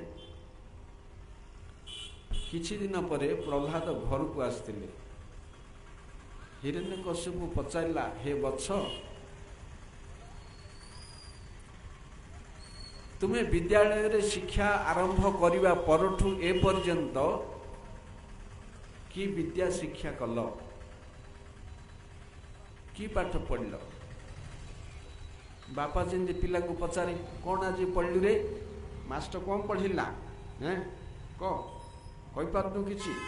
हेले मास्टर पढ़िला बेलू शोइथिलु, नले आबसेंट माइंड थिलु, कोठ बाडे धरिकी पढ़ नहीं पाठ नहीं किछि नहीं, कुआडे जाउछु ना लुचि को पढ़ी जमीती सेमती से पचारा। माने मु किछि निर्दिष्ट एटा कि सेटा कि एटा कौन पढ़िलु सेटा पचारनी, तोते जेते पाठ पढ़िलु सबुठु कौन भल लागिला कह।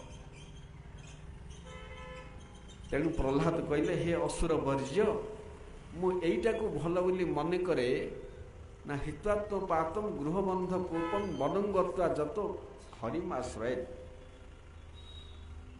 व्यक्तिर कर्तव्य होउची आत्मकल्याणर प्रतिबंधक स्वरूप अंधकूप रूपी ए गृह को परित्याग करी व्यक्ति मात्रे बण को जाई हरिंकर आश्रय नेबे। गृहर मर्यादा नाई कोठ हेले मध्य किए गृहर प्रशंसा करनी आज पर्यंत ए पर्यंत जेतिकी भागवतर गलानी। ना भगवान, ना कपिल देव, ना भरत महाराज, ना सुखदेव गोस्वामी, किए नहीं। व्यक्ति मात्रे ये गृह को छाड़ी बण को जाए हरिंकर आश्रय नेबे, कहीं आत्मकल्याणर प्रतिबंधक स्वरूप। प्रियव्रत बाल्यकाल जाइथिले समस्त।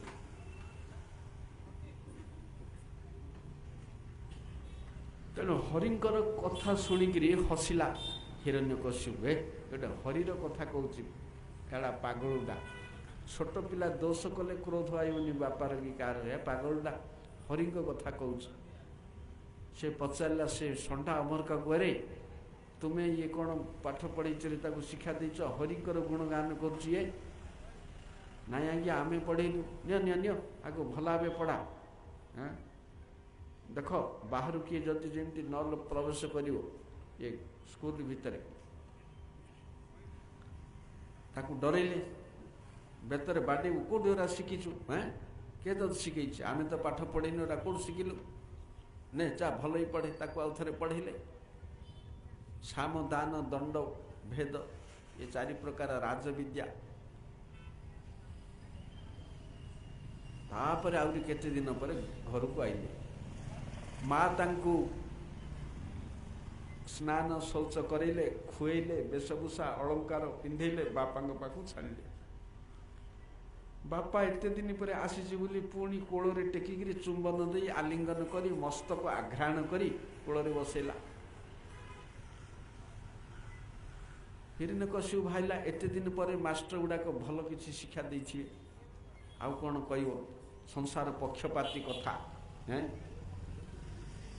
जड़ विद्या गुणगान कर पचारे, अरे आउ कौन पढ़िलु एबे एबे तो एतुड़ी दिन बीतिलानी कौन पढ़िलु सेतबेले कही जेतिकी एबे ताठू गोटे कड़ा कथा कहले आउरी भल भावे जे गत थर तो बापा एक कथा शुणिक मत भल पाई नथिला एबे कहले क्रोध आउरी बढ़िव से चिंता नहीं कहली पूरा हरिभक्त का डरे ना से केयरलेस मास्टर हरिभक्त कहली पूरा जार काल को भय नहीं तार बापा को रजा को शत्रु को ये कि भय काल को तो जार भय नहीं से आउ थे से कथा आगा कहले आउरी कडागिरी श्रवणं कीर्तनं विष्णु स्मरणं पाद सेवनं अर्चनं वंदनं दास्यं सख्यम आत्मनिवेदनम इति पुंसार्पिता विष्णु भक्तिश्च नवलक्षणा क्रियते भगवत्यधा तन्मन्ये भीत मुक्तम। सबुठु भल पाठ होउची जे विष्णु को श्रवण कीर्तन स्मरण वंदन अर्चन दास्य सख्य पाद सेवन आत्मनिवेदन ये 9 प्रकार रे सेवा करे मो मतरे से उत्तम अध्ययन करिछि अर्थात नवधा भक्ति रे भगवान को सेवा करवाटा होचे उत्तम विद्या आउ ताठे विद्या नहीं ये कथा जेतेबेले कहला से भयंकर कंपिला ता देह हैं कंपिला जेतेबेले से पिलाटा को टेकिगिरी फोपाड़ देला तळको जदि आमे कोन गोटे आसिले फोपाड़ दउछ टेकी फोपाड़ देला 5 वर्षर पिला तळको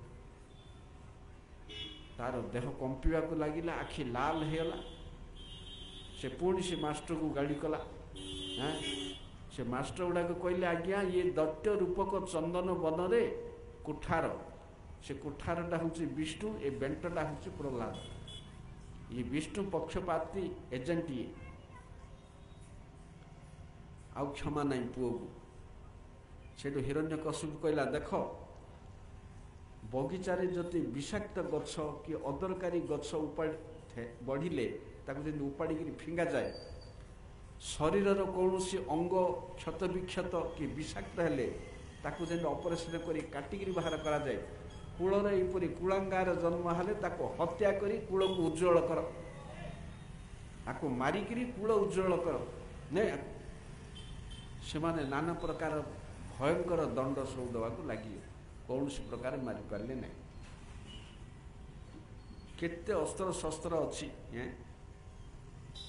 शह शह प्रकार कौन अस्त्र रे तांकर चर्म ही भेद कला नहीं आग कालर जो अस्त्र से कलीर लोक देखिले ही मूर्छा हो तमर मेसीन गन ये बम तागे काम कर किसी काम कर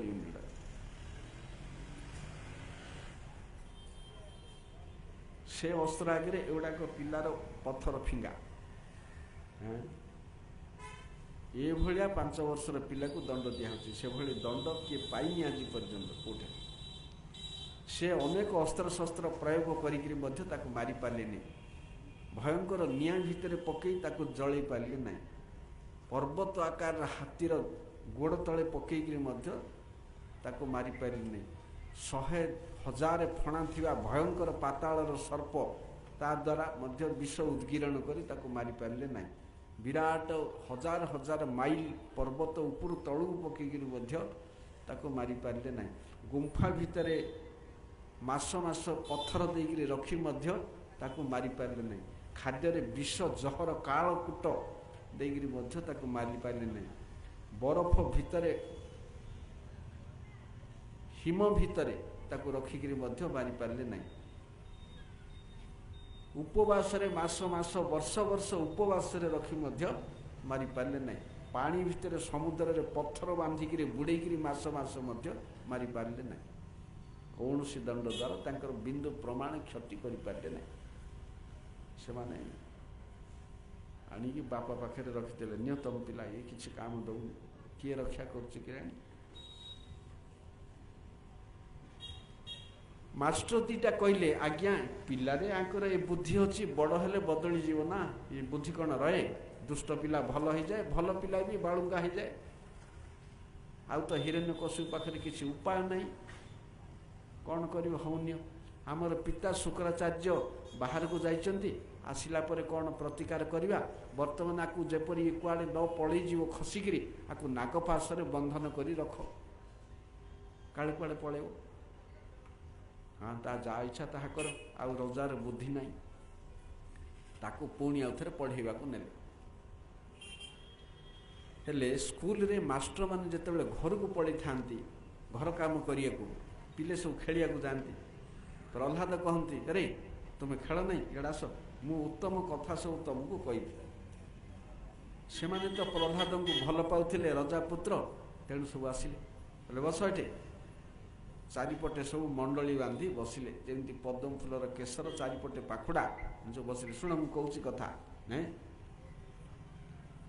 ये हूँ प्रहलाद शिक्षा प्रहलाद शिक्षा भागवत बड़ इम्पोर्टाट जिनस प्रहलाद शिक्षा कपिल देव शिक्षा भरतर शिक्षा एथिपाई ये भागवत ग्रंथ ये सब अन्य पुराण कौन मिल ये मिल कौमार आचरित प्राज्ञ धर्मान भागवतान इह दुर्लभ मानुष जन्म तदप्य ध्रुवम मर्थदम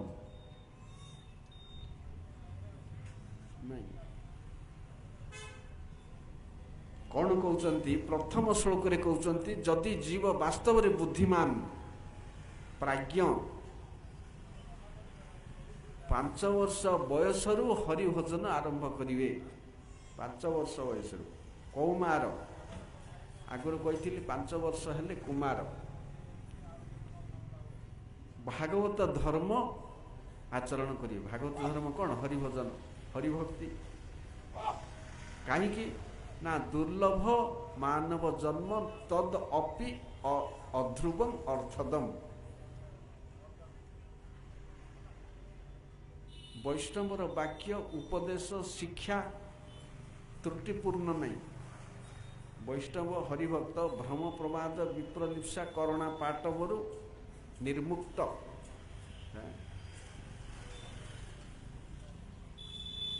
सेणु वैष्णवर वाक्य सिद्धांत युक्त प्रामाणिक हेले कहीं 5 वर्ष रु करवा इच्छा होनी बड़ हेले करवा बुद्धि आइले करवा बुढ़ा को करवा एटा मूर्खर काम कहीं ना मनुष्य जन्म दुर्लभ अध्रुव अर्थद 3टा कथा कहले दुर्लभ कहीं ना इस जन्मटा सहजरे मिलेनी दुखरे मिले सुखरे मिले सुलभ दुखे न लभ्यते दुर्लभ कहीं दुर्लभ ना 80 लक्ष जन्म पर ए जन्म मिली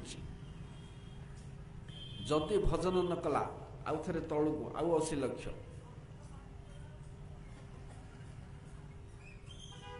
वृक्ष जोनि 20 लक्ष स्थावरा 20 लक्ष का सबुठ नीच जन्म वृक्ष उद्भिद कृमय रुद्र संख्यक ता उपरकू कीट जन्म 11 लक्ष प्रकार 11 लक्ष जन्म कटिया हम पक्षी 10 लक्ष जलचर 9 लक्ष पशु 30 लक्ष एति होकर 80 लक्ष भजन न कले हाउ थे तलू आउ 80 लक्ष चलती रोटेशन से जदि भोग करने को इच्छा अच्छी ताहले हरिभजन को गुली मार से पशु पक्षी घास कीट पतंग जी आखिरे देखुच घृणा आउची सब दिन थिला एटाक हे आसी मलमूत्र कीट ड्रेन कीट सरीसृप मल खाइबा कुकुर शुकर जोठे जहा कुंभीर बाघ भालू गछ लता सब तेणु दुर्लभ रे जन्मटा मिली हाथ छड़ा करदेले प्रमाद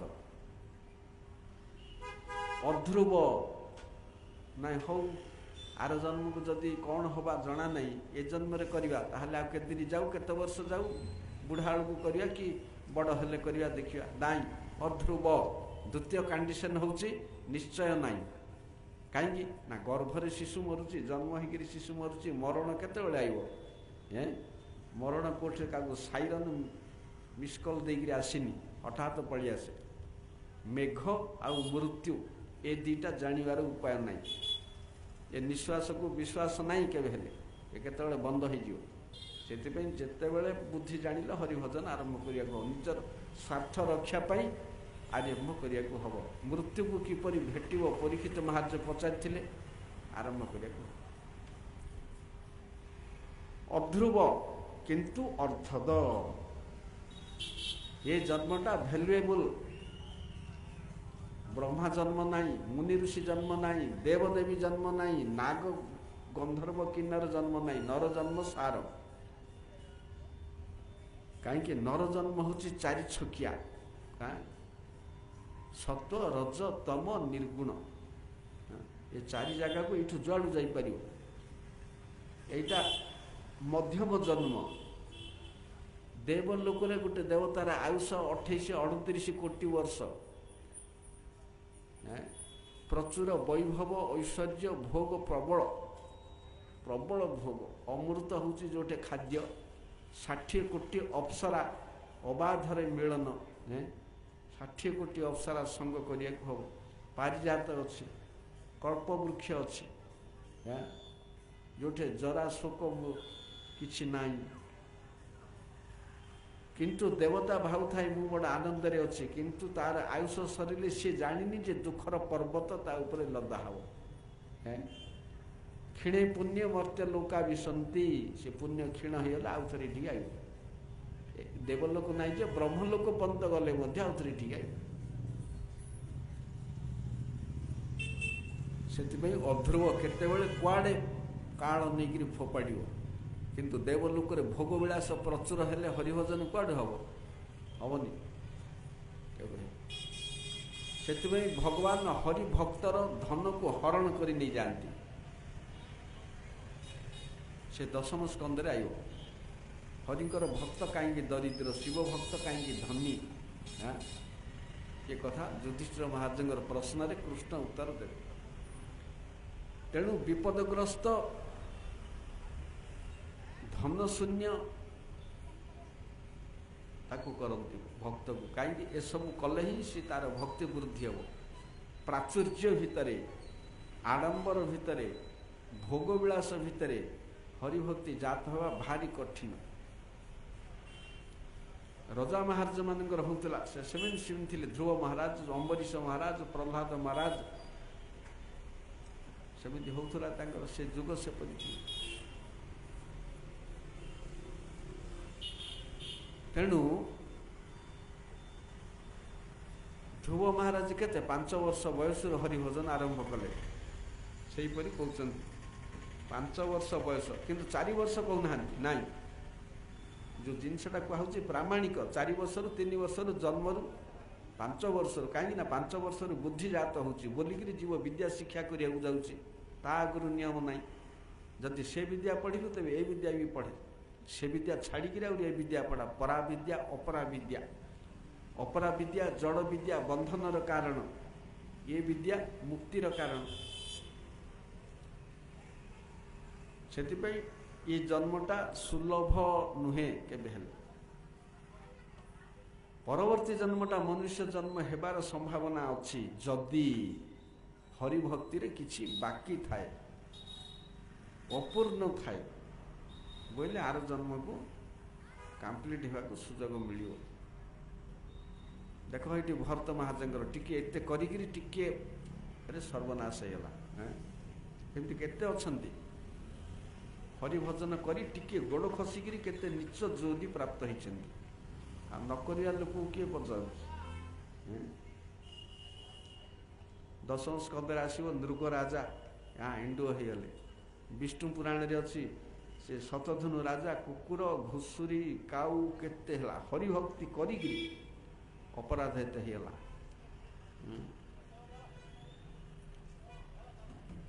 ସେଥିପାଇଁ ହରିଭକ୍ତି କରି ବୋଲେ ହବନି ଖାଲି ଛଳନା। ଏଥିପାଇଁ ନିରପେକ୍ଷ, ନିଷ୍କପଟ, ନିରପରାଧ ଏ 3ଟା ହେବାର ଅଛି। ନିରପେକ୍ଷ ହେବାକୁ ହବ। ଜଗତରେ ହରି ଗୁରୁ ବୈଷ୍ଣବ ଛଡ଼ା ଆଉ ପକ୍ଷପାତ କାହାର ନାହିଁ। ଆଉ କାହା ପାଖରେ ଜୀବ ଦାୟୀ ନାହିଁ। ସଂସାର ଅପେକ୍ଷା ନାହିଁ, ପର ଅପେକ୍ଷା ନାହିଁ ସାଧୁ। ତେଣୁ ଦୁର୍ଲଭ ଅଧ୍ରୁବ, କେତେବେଳେ କାଳ ଆସି ପହଞ୍ଚିବ ଠିକଣା ନାହିଁ କାହାକୁ। ମୃତ୍ୟୁ ଆସି ପହଞ୍ଚିବ। ଜାତସ୍ୟ ହି ଧ୍ରୁବ ମୃତ୍ୟୁ। ଭକ୍ତି କେବେ ଆରମ୍ଭ କରିବି ମୁଁ ତ ଜାଣିନି, ମୋର ଆୟୁଷ କେତେ। ଦେଖିବା ଦେଖିବା, ଆଉ ଏଇଟା ସରୁ ସେଇଟା ସରୁ, ଏଇଟା ସରୁ। ଭକ୍ତି ପାଇଁ କଣ୍ଡିସନ୍ ନାହିଁ କିଛି ଜଗତରେ। କହିଲି ପରା, ଭକ୍ତି ଯେଉଁ ସମୟରେ, ଯେକୌଣସି ସ୍ଥାନରେ, ଯେକୌଣସି ଅବସ୍ଥାରେ, ଯେକୌଣସି ପରିସ୍ଥିତିରେ ଆରମ୍ଭ କରାଯାଇପାରେ। ଏଥିପାଇଁ ସ୍ଥାନ, କାଳ, ପାତ୍ର, ଲଗ୍ନ, ବିଚାର, ସର୍ତ୍ତ ନାହିଁ। କାହିଁକି ନା ହରିଭକ୍ତିଠୁ ସବୁ କାମ ଗୁଡ଼ାକ ସାନ। ହରିଭଜନ ଉପରେ କିଏ ବଡ଼ ଜିନିଷ କିଛି ନାହିଁ।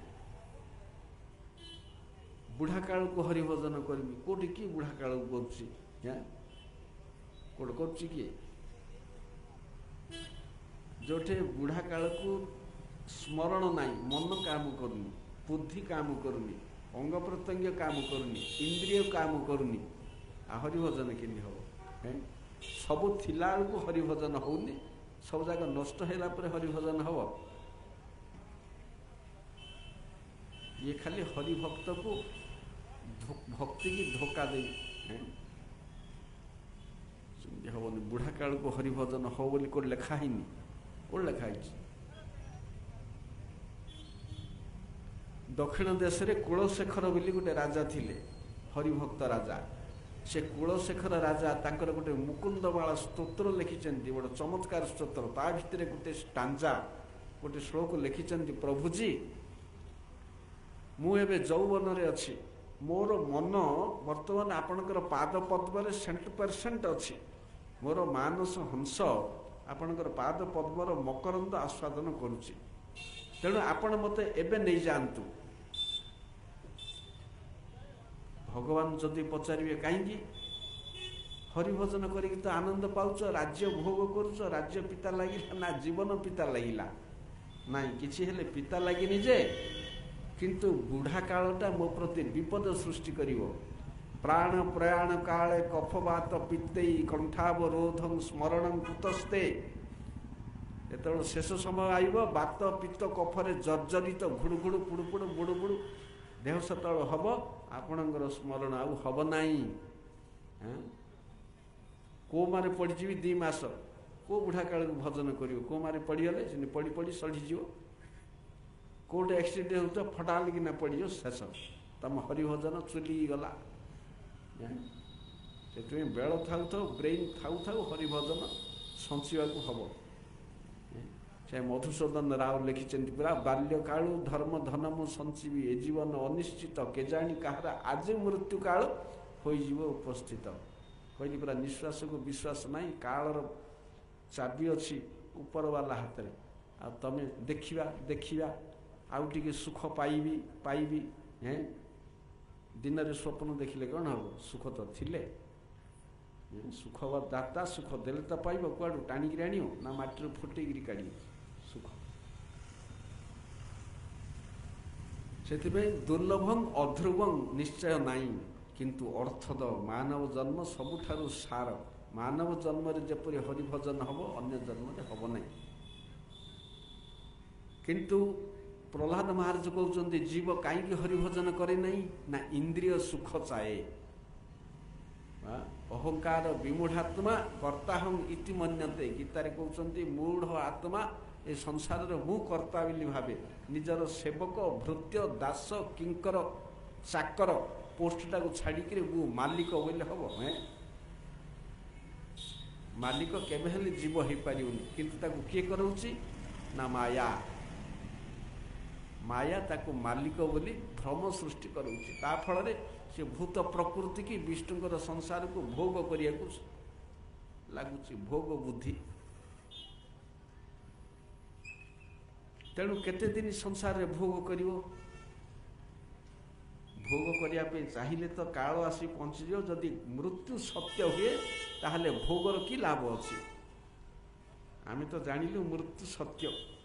କାହିଁକି ନା ଆମେ ଚାରିଆଡ଼େ ଦେଖୁଛୁ, କିଏ ବଞ୍ଚିଛି ଆମ କୂଳରେ, ସବୁ ଗୋଟେ ଗୋଟେ ଗୋଟେ ଗୋଟେ ପଳଉଛି।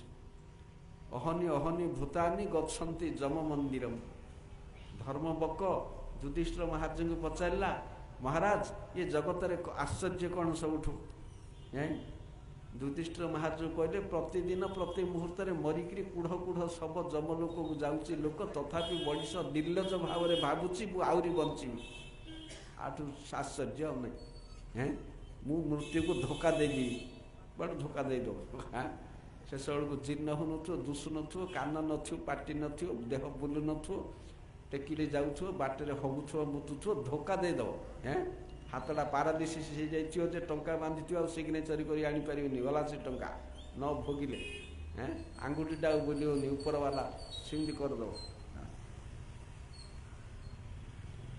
से प्रहलाद महाराज कहते हे छात्रगण इंद्रिय सुख पछरे गड़ाओ ना संसार पछरे कहीं जीव तो दुख पछरे गड़ाए नहीं दुख केमती आसे दुख जेपरी बिना जत्न रे बिना प्रयास रे बिना चेष्टा रे आसे सुख भी से परी आइब कहीं ना पूर्व जन्म जी अर्जित रेकर्ड से लिखाई आउ अधिक 1% पाइबनी मर्जी सीना पाइबनी जथा दुखम अजत्नत दुख जेपरी बिना किए चाहूँ मत जर हो किए चाहूँ मु फेल हेबी किए चाहूँ बाटे जाऊ मरबी किए चाहूँ अमुक हो समुक हो किए तो चाहूँ नेगेटिव थॉट कहीं आउची जोटा प्राप्ति हवा थी से हम से सुख गुड़ाक भी आइब तुम न चाहिए भी सुख आइब किंतु अपेक्षा करिया हम काउलिया हो जाऊँ समय है ना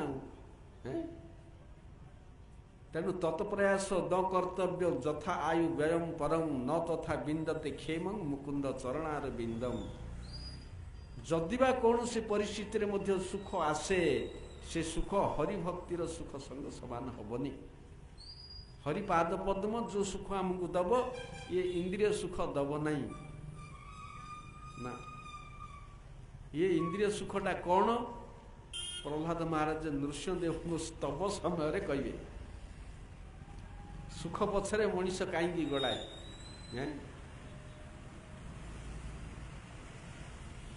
संसार सुख हरिभजन सुख संसार सुखटा एटा तो खाइले तो आनंद लगुच शोले बड़ मजा लगुच बुलिले खेलिले एटा तो भारी एटा को किंतु एटा सुख नहीं एटा को सुख रूप में दुख कहीं अंतकाल जीव को एटा को दुख दब से सुख रूप में आई माया देची ये सुख गुड़ाक जीव को देले सी हरिभजन परित्याग कर मायार संसार चलो किंतु से सुख को किए चिन्ह हरिभक्त सी छद्म बेश आम पाखक आउची काल सुख रूप धरिकी एटा गंधर्व नगर ये सुखर भूमिका किछि नहीं से कहुई जीव सुख दुख परित्याग करी हरिभजन करिवे पापटा खराब पुण्य मध्य खराब दीटा खराब से तुम्हें माने केबे हेले सुख पछरे गोड़ाओ नहीं हे असुर पुत्र गण दुख जेपरी बिना जतन रे आसे सुख भी सेपरी आई तेणु जहाँ किछि लिखा अच्छी पूर्व जन्म ताहा तुमको प्राप्त हब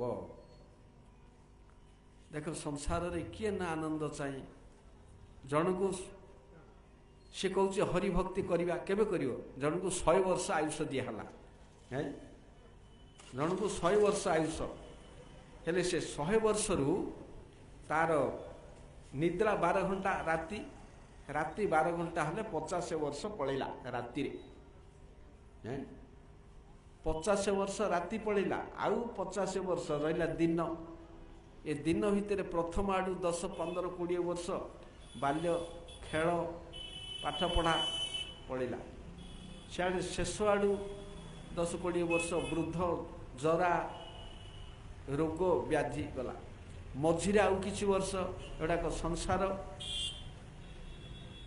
भल मंद ये गला पड़ला 50 जदि 100 वर्ष आयुष प्राप्ति हेले हरिभजन को समय नहीं आ केते वर्ष प्राप्त हम तेणु सी मना कर कंडीशन रखा हेनी अमुक दिन भजबी सम्मुख करी यहाँ तुम नित्य वृत्ति 5 वर्ष आरंभ करने हम एमती बहुत कथा कहला समय नहीं बहुत प्रहलाद शिक्षा अच्छी पिला मानकर मस्तिष्क उज्जवल होगा चमत्कार कथा केबे शुणिनु किरे प्रहलाद तू तो जो मास्टरटे पढ़ुचु आमे भी से मास्टरटे पढ़ुचु आ तू एटा कौन शिखिलु शिखेला किए तू तो केबे बाहर को जाइनु आमे केबे बाहर को जाइनु बाहर किए भी भीतर आईनी आ तू एटा कौन प्राप्त हेलु हैं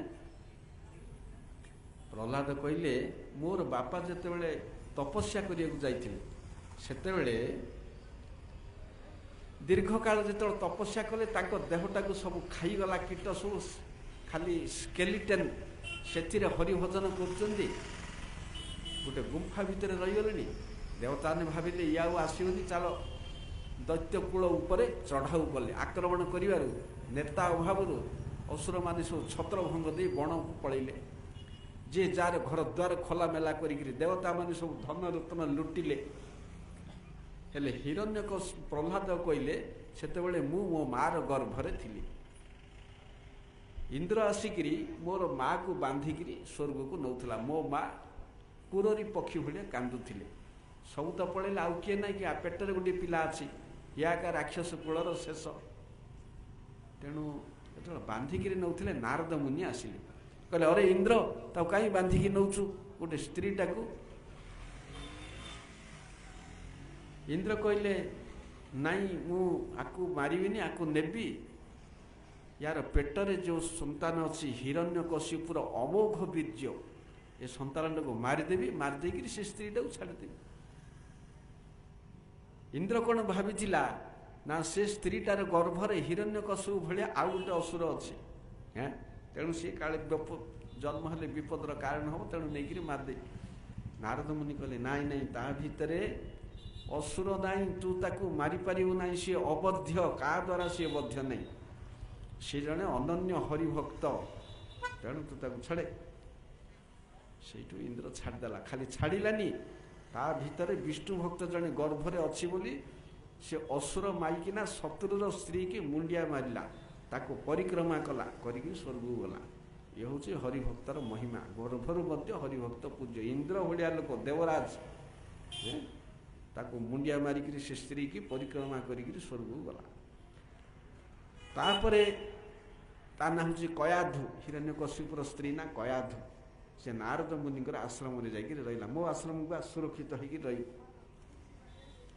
नारद मुनि सब जहाँ कि हरिकथा कहती गर्भस्थ शिशुर मंगल कयाधु शुणती आजिकल तो से सिस्टम उठीगला आधुनिक जुग आग काल गर्भ हेले हरिवंश नले रामायण शुणाऊले आजिकल आ कौन मुंड बथौची काटुची टीवी धरिब मोबाइल धरिब से आनंद मिल से पिला सेमती कुकुर बिराड़ी होची जिमितिया गर्भधान सेमितिया फल प्राप्ति हेले ये हरि कथा मु जहाँ नारद मुनि कहले मु ताकू गर्भरे रही शुणुली प्रहलाद महाराज गर्भरे रहीकि हरि कथा शुणिकी एपरी नृत्य कीर्तन करती जो कयाधु चमुकी जाती गर्भ भितर कीर्तन नृत्य करती कयाधु चमुकी जाती जी शिक्षा दूसरी सी के सीनियर सी तो कौच 5 वर्ष हरिभजन कर किंतु निजे गर्भर हरिभक्त होती सुखदेव भाया ये दी जन गर्भ भक्त आउरी सीनियर हेले आज बहुत काल है मु से कथा मन रखी किंतु मोर माँ नारी जाति जो सी भूली गलानी तापर पिला माने पचारे प्रहलाद गर्भरे थिला बेले नारद मुनि कौन कही से कथा सब सेता सब कहले आत्मा आत्मार लक्षण ये सी गुरुकरण गुरु सेवा करिया हम अमुक समक नाना कथा बहुत जिनस कहले ये दी प्रकार प्रवचन जो शुणिले से माने आउ स्कूल रे मास्टर कथा किसी शुणिले ना मास्टर जहाँ पाठ पढ़ेला कि शुणिले मास्टर जानदेला कौन प्रहलाद शिक्षार माने बलियान होकर विद्या परित्याग कले जाइए भयर हिरण्यकशिपु को कहला आज्ञा सर्वनाश है कौन ना किए आम कथा शुणुनी कौन पे आपण गोटे प्रहलाद को डरुले लक्षे प्रहलाद हो गले से जमी कुंडी गोटे पूचा बैगण थे सब बैगण को सी पूचा करदब ये गोटे कुलांगार रहीकि सब नष्ट करदेला हिरण्यकशिपुर क्रोध आहरी बढ़ला କୁଆଡ଼େ ଗଲା ସେ ପାଖରେ ଠିଆ ହେଇଛି ଡରିକିରି ନାହିଁ ବୀର ଛାତି ଫୁଲେଇକି ଠିଆ ହେଇଛି। ଯେତେବେଳେ ରାଗିଲା କୌଣସି ତ ପାନିସମେଣ୍ଟରେ ସେ ମରିନି, ତେଣୁ ତାକୁ ପଚାରିଲା, ତା ଦେଖିଲା ଇଏ ତାକୁ ଦେଖିଲା ଆହୁରି ଡର ଲାଗୁଛି। ତା ପୁଅକୁ ଛାଡ଼ିକିରି 5 ବର୍ଷର ପୁଅକୁ ବ୍ରହ୍ମାଣ୍ଡ ବିଜୟ କଲା, କିନ୍ତୁ ତାକୁ ଜୟ କରିପାରୁନି। ଇଏ ଚିଦ ଶକ୍ତିର ଅଧିକାରୀ, ଇଏ ଅଚିତ ଶକ୍ତିର ଅଧିକାରୀ। ସେଠୁ ପଚାରିଲା, ଆରେ ତୁ କାହାର ଶକ୍ତି ବଳରେ ମୋର ଶାସନକୁ ଲଙ୍ଘନ କରୁଛୁ, ମର୍ଯ୍ୟାଦାକୁ ଲଙ୍ଘନ କରୁଛୁ, ଆଦେଶକୁ ଲଙ୍ଘନ କରୁଛୁ। ଏ ଜଗତରେ ସମସ୍ତେ ମୋତେ ଦେଖିଲେ ଥରୁଛନ୍ତି, ସବୁ ମୋର ଅଧୀନରେ, କିନ୍ତୁ ତୁ ଜଣେ ମୋ ଶାସନକୁ ଅତିକ୍ରମ କରୁଛୁ। କାହା ବଳରେ? କିଏ ଶକ୍ତି ଦେଉଛି? କାଠୁ ବଳ ପାଇକିରି ଇଏ ବଳିଆନ ତୁ ହେଇଛୁ ଶକ୍ତି ପାଇକିରି। ଇଏ କାହା ବଳରେ ଉତ୍ପାତ ହେଉଛି? ଆପଣ ଯାହା ବଳରେ ଉତ୍ପାତ ହେଉଛନ୍ତି, ମୁଁ ହେଲେ ତା ବଳରେ ଶକ୍ତିମାନ ହେଇଛି। ସେ ସମସ୍ତଙ୍କୁ ଶକ୍ତି ଦେଉଛି। ଶକ୍ତିବାନ ତ ଜଣେ, ଆଉ ସମସ୍ତଙ୍କୁ ଶକ୍ତି ଦେଉଛି। ସେ ସର୍ବତ୍ର ଅଛି। ଯଦି ସର୍ବତ୍ର ଚାକୁଛୁ, ହଁ ସବୁ ଜାଗାରେ ଅଛି, ଯେଉଁଠି ମଧ୍ୟ ଆଗରେ ଗୋଟେ ସ୍ତମ୍ଭ ଥିଲା, ଗୋଟା ମଣିମୁକ୍ତା, ସେ ଇନ୍ଦ୍ରପୁରୀଟାକୁ ସେ ଆକ୍ରମଣ କରି ରହିଛି ନା, ଅମରାବତୀରେ ରହିଛି, ଇନ୍ଦ୍ର ସିଂହାସନରେ ବହିଛି। ତେଣୁ ସେ ସ୍ୱର୍ଗର ରାଜା ହେଇଛି, ଇନ୍ଦ୍ରପଦ। ହେଲେ ମଣିମୁକ୍ତା ଖଚିତ ବିଶ୍ୱକର୍ମା ବିନିର୍ମିତ ଅମରାବତୀ, ସେ ହେଲା ଏ ସ୍ତମ୍ଭରେ କାହିଁକି ଦେଖାଯାଉନାହାନ୍ତି? ହଁ ଅଛନ୍ତି, ହେଇଠି ଦୁଷୁଛନ୍ତି। ଆଜ୍ଞା ଦଣ୍ଡବତ, ସିଏ ଦଣ୍ଡବତ କଲା। ପ୍ରହ୍ଲାଦ ହେଇଠି ଦେଖୁଛନ୍ତି, ପ୍ରଣାମ କଲି ବୋଲି ଗୋଟେ ବିଧା ଗୋଟେ ମାରିଲା ବଜ୍ରାଘାତ ମୁଷ୍ଟି, ସେ ସ୍ତମ୍ଭଟା ଭାଙ୍ଗିଗଲା। ସେ ଭିତରେ ଗୋଟେ ବିକଟାଳ ରଡ଼ି ଶୁଭିଲା। ଏ ରଡ଼ିଟା କେଉଁଠୁ ଆଉଛି କିଏ ଜାଣିପାରିଲେ ନାହିଁ। ସଭାରେ ସମସ୍ତେ ଆଶ୍ଚର୍ଯ୍ୟ ହେଲେ, ଏ ଶବ୍ଦ କେଉଁଠୁ ଆଉଛି? ଗୀତାରେ ବିଭୂତି ଯୋଗରେ କହୁଛନ୍ତି, ରସୋହ ମତ୍ସୁ କୌନ୍ତେୟ ପ୍ରଭାସ୍ମି ଶଶି ସୂର୍ଯ୍ୟ ପ୍ରଣବ ସର୍ବବେଦେଷୁ ପୌଷଂ ଖେ ନୃଷୁ। ଶବ୍ଦ ଖେ ପୌରୁଷଂ ନୃଷୁ। ମୁଁ ଆକାଶରେ ଶବ୍ଦ, ଭଗବାନଙ୍କ ଶବ୍ଦ। ଏହିପରି ସମସ୍ତେ ଅନ୍ୱେଷଣ କରୁଛନ୍ତି, ସେ ଶବ୍ଦ କୁଆଡ଼ୁ ଆଇଲା। କିନ୍ତୁ ସେ ଶବ୍ଦ ଦେଖିକିରି ଉପରେ ବ୍ରହ୍ମା ଭାବୁଛନ୍ତି ଏ ବ୍ରହ୍ମାଣ୍ଡ କଟାହ ଫାଟିଗଲା, ପ୍ରଳୟ କାଳ ଆଇଲା। ସେ ଶବ୍ଦ କୁଆଡ଼ୁ ଆସିଲା ବୋଲି ବ୍ରହ୍ମାଣ୍ଡର ସମସ୍ତେ ଉତ୍ସୁକ ହେଇକିରି ଉପରେ ଅନେଇଲେ। ଦେଖିଲା ବେଳକୁ ସେ ଭିତରୁ ଏମିତି ଗୋଟେ ଜୀବ ବାହାରିଲା, ନ ମୃଗ ନ ମାନୁଷ। ଇଏ ମଣିଷ ନାହିଁ କି ପଶୁ ନାହିଁ, ସିଂହର ମୁଣ୍ଡକୁ ମଣିଷ ଦେହ।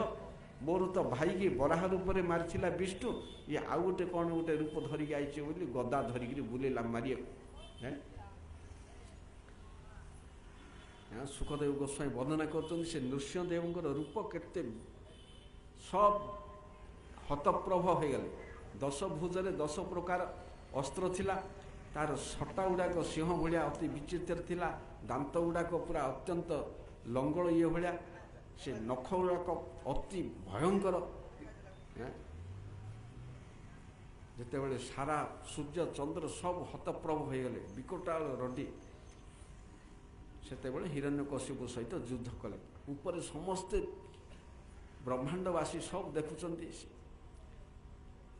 ୟାଙ୍କର ଉଦ୍ଦେଶ୍ୟ କ'ଣ ନା, ବୀର ରସ ଆସ୍ୱାଦନ କରିବେ, ଯୁଦ୍ଧ କରିକିରି ଆନନ୍ଦ ପାଇବେ। ତେଣୁ ତାକୁ ସିଧାସଳଖ ନ ମାରିକିରି ଖେଳୁଛନ୍ତି ତା ସହିତ। ଯେମିତି ଗରୁଡ଼ ସାପକୁ ଧରେ ଛାଡ଼ିଦିଏ, ଯେତେବେଳେ ତାକୁ ଧରୁଥିଲେ ଦେବତାମାନେ ଆନନ୍ଦ ହେଉଥିଲେ, ହଁ ମରିଗଲା। ଛାଡ଼ିଦେଲା ବେଳକୁ ତାଙ୍କର ଆଉ ଥରେ ଭୟ, ଖସିକିରି ପଳେଇବ କୁଆଡ଼େ। ଏମିତି ଛକା ପଞ୍ଜା କରି ଖେଳି ଖେଳି ଯେତେବେଳେ ସନ୍ଧ୍ୟା ଆସିଲା, ସେତେବେଳେ ଦ୍ୱାର ବନ୍ଧ ନିକଟକୁ ଗଲେ। ତାକୁ ଜଙ୍ଘ ଉପରେ ରଖିକିରି ତାର ବଜ୍ରତୁଲ୍ୟ ଛାତିକି ଲୌହ ନଖରେ ଫାଡ଼ିଦେଲେ। କିପରି? କଷ୍ଟ କରିବାକୁ ପଡ଼ିନି। ଗୋଟିଏ ପିଲା ଯେପରି ଦୁବ ଘାସକୁ ଫାଡ଼ି ଦିଏ, ସେହିପରି ଫାଡ଼ିଦେଲେ। ବ୍ରହ୍ମାଙ୍କର ସବୁ ବର ଅକ୍ଷୁଦ୍ର ଥିବା ସତ୍ତ୍ୱେ ସେ ସେହିପରି ମଲା। ବ୍ରହ୍ମାଙ୍କଠୁ ବର ମାଗିଥିଲା, ଦିନରେ ମରିବିନି କି ରାତିରେ ମରିବିନି, ସନ୍ଧ୍ୟାରେ ମରିଗଲା। ଯିଏ ନିଜକୁ ଭାରି ଚାଲାକି ଭାବେ ଯେ ଭଗବାନ ବୋଲି ଗୋଟେ ଜିନିଷ ଅଛି, ଯେ ସିଏ ସମସ୍ତଙ୍କଠୁ ଚାଲାକି, ସିଏ ଜାଣିନଥାଏ। କୌଣସି ଅସ୍ତ୍ରଶସ୍ତ୍ର, ନିଆଁ, ଅଗ୍ନି, ବିଷ କାହିଁରେ ମରିବିନି, ନଖରେ ମଲା। ସେ ଘରେ ମରିବିନି କି ବାହାରେ ମରିବିନି, ଘର ବାହାର ମଝିରେ ମଲା। ଏମିତି ସବୁ ଆପଣଙ୍କର ସୃଷ୍ଟି, କୌଣସି ଜୀବ ମୋତେ ମାରିପାରିବ ନାହିଁ ବୋଇଲା ବେଳକୁ ଭଗବାନଙ୍କ ହାତରେ ମଲା। ଭଗବାନ ବ୍ରହ୍ମାଙ୍କର ସୃଷ୍ଟି ନାହିଁ, एमती ब्रह्मांकर बर सेमती थाई सी गला सी मरिया पर समस्ते शांति हेले तापर ब्रह्मा आइले स्तव कले शिव आसिले इंद्र आइले पितृगण मनुगण प्रजापतिगण दान गंधर्वगण विद्याधरगण चारणगण पितृगण मनुगण आउ नागगण सिद्धगण ये ब्रह्मांड रे जेते जीव अछंती समस्ते स्तव करिगले कहीं समस्ते भगवान के प्रति कृतज्ञ ये भलिया गोटे विषाक्त साप मले बिछा मले जेमती आनंद सेपरी एमाने आनंदित है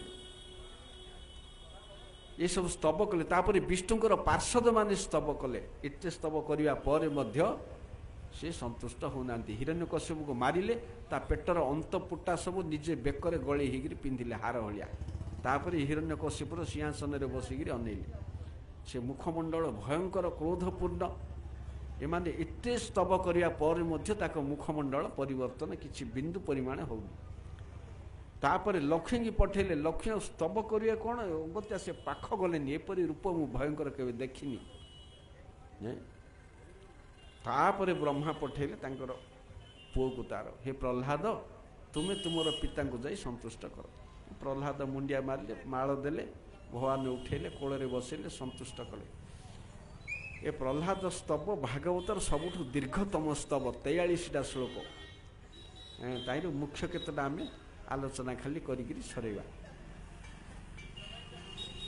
जेतेबेले प्रह्लाद महाराज स्तव कले प्रह्लाद महाराज कहले प्रभुजी ये जो माने स्तव करिकरी गले ब्रह्मांड रे उडाक अति उच्च जीव एमाने ब्रह्मा शिव इंद्र एमाने छोट सब एटे हायर पर्सनालिटी एमाने स्तव कले आपण ए स्तव रे संतुष्ट जदि हेई पारलेनी ताहले मु गोटे 5 वर्षर तामसिक जोनि संभूत असुर कुल जात बालक मु कौन उपाय आपण को संतुष्ट करी एक रे बयस नहीं द्वितीय रे कुल नहीं तृतीय रे गुण नहीं हाँ कहीं ना एथिरू मन है जे आपण को संतुष्ट करिया पई कुल उच्च कुल जन्म हेबा अभिजात्य कुल कि बल कि शक्ति कि विद्या कि बुद्धि कि सौंदर्य कि आयुष कि गुण किछि दरकार नहीं ये सब द्वारा आपण संतुष्ट होती नहीं केवल भक्ति छड़ा हैं कहीं ये हाथी गजेन्द्र कुंभीर कपड़ू आपण भक्ति द्वारा ही ताको संतुष्ट करथिले तार बल नहीं बयस नहीं बुद्धि नहीं ज्ञान नहीं कूल नहीं किछि नहीं तापर श्लोक रे कहउचंती अभिजात्य दृष्टि देखिले गोटे ब्राह्मणर 12टा लक्षण महाभारत सनत सुजात पर्व रे ब्राह्मणर 12टा लक्षण कुहाइছে ये 12 लक्षण युक्त ब्राह्मण मध्य जदि आपणकर पाद पद्म विमुख सी कूल देश जगत पवित्र करने दूर रे थाउ सी निजक पवित्र करि पारे ना से वृतासुर हरिभक्त हेबारु से उत्कृष्ट ब्राह्मण इंद्र को ब्रह्म हत्या लागिला प्रभुजी आपणकर जगत को आविर्भावटा सब मंगलर कारण अमंगलर कारण दे आपणकर ये रूपटा जगत देखे उग्र मूर्ति उग्र रूप बोली स्तव अच्छे नाई ये उग्र नाई जेपरी सिंह अन्य पशु प्रति उग्र शावक प्रति शांत तेणु आपणकर ये रूपटा सबुले मंगलमय ये मंगल ये आपणकर रूपटा भयंकर नाई भयंकर होची कोटा ना माया ये माया होची भयंकर आपण तो आविर्भूत हेले जगतर मंगल हुए तेणु लोके आज ठारू आपण को भक्ति विघ्न विनाशन बोली मन रखिए सब बेले आ गणेश पूजा कला गणेश विघ्न विनाशन है नाई जोड़ाक सेड़ाक अवैष्णव आम पाइने आ गणेश विघ्न विनाशन शक्ति नृसिंहदेव प्राप्त होती नृसिंहदेवर कृपारे गणेश विघ्न विनाशन होती पाखे किसी ना से नृसिंहदेव जहाँकर केते अंशर अंश सी मूल कृष्ण है गोविंद आदि पुरुषं तमहं भजामि तेणु विघ्न विनाशन बोली आपण को लोक मन रखिए जगत रे। तेणु आपणकर ये भयप्रद केबे हेले नहीं, मंगलप्रद सब बेले। प्रभुजी जो माने सुख प्राप्ति पाई चाहती, मुझे ना प्रहलाद शिक्षारे प्रहलाद कौन कहले ना दुख जमती बिना जतन रे आउची, सुख मध्य सेमती बिना जतन रे आसे। किंतु बिना जतन रे सुख आसिले मध्य ता प्रति बीतस्पृह हवा को हब, सुखटा को भोग करिया को हबनी जदि वास्तव रे हरिभक्त। जमती सीदामा को केते धन दिया हला कृष्ण देले, किंतु से भोग कलेनी, ताको हेय दृष्टि रे अनेइले। से धन को बिना साहाय्य रे से हरिभजन करी चलले। से धन ता स्त्री कि ता संतान कि अन्य माने ता भोग कले सिना, कृष्णकर से दान को से 1% मध्य भोग कले नहीं। अम्बरीश महाराज सप्तद्वीप सप्त सागर सम्राट हेले मध्य ये भगवान वस्तु बोली ज्ञान करी अनासक्त भाव रे चक्रवर्ती रजा चलुले, सेपरी चलिया हम। तेणु जो माने सुख क्या कहते ना, छोट पिला गोटे बालीर घर कले भी ताऊ सुख लगे। गोटे छोट बाली खेलठू स्त्री मैथुन पर्यंत ये जगत रे जेते सुख अच्छी ये सब हूँ कंडुयन सुख। जो माने सुख पाइबा जगत रे प्रयास करती से यहाँ निर्लज पाठ। आमको कुंडेले सुख लगे ना कष्ट लगे? सुख लगे। आम संसार रे जेते रोग अच्छी सब रोग दुख दिए, किंतु ये गोटे रोग जीव को सुख दिए। ये गोटे रोग जीव को सुख दिए कहीं कुंडेले समस्त को सुख लगे। से पानी खिया कंडुआ हो, जादू हो, काछु हो कि एक्जिमा हो, कि प्रकार कुंडिया हो, कुंडेले बड़ा आनंद लगे। तेणु प्रहलाद महाराज कहते संसार जो मैंने सुख कामना करती से सुखटा ये कुंडिया सुख सहित तुलनीय। कहीं ना कुंडेले जदि सुख लगे आमे कौटी कामना करिया भगवान को बर मागे आमको कुंडिया सुख दियो। किए के मागेनी मोर कुंडे हो, जादू की काछु की कौन हो, कहीं कुंडेले तो सुख लगुच, तुम सुख दरकार बरा आले नौ नाई। जपरी सुस्थ व्यक्ति कुंडिया सुख प्रति बीतस्पृह हुए, सेपरी बुद्धिमान व्यक्ति संसार सुख प्रति विमुख हवा को हब। एटा वास्तव रे कुंडिया हेले मध्य एटा विपदर कारण ना नहीं। कहीं ना चर्म रे किसी असुविधा होइछि बोली से कुंडियाटा जात होइछि, तुच्छारे जात होइनी। सेहीपरि आमे किसी पाप करिछु बोली ए संसार सुख दे आइछि आम पाखु।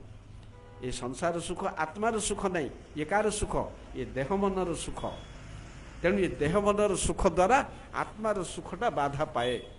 से ये शरीर मनर सुख दुख दीटा त्याग करने को हम।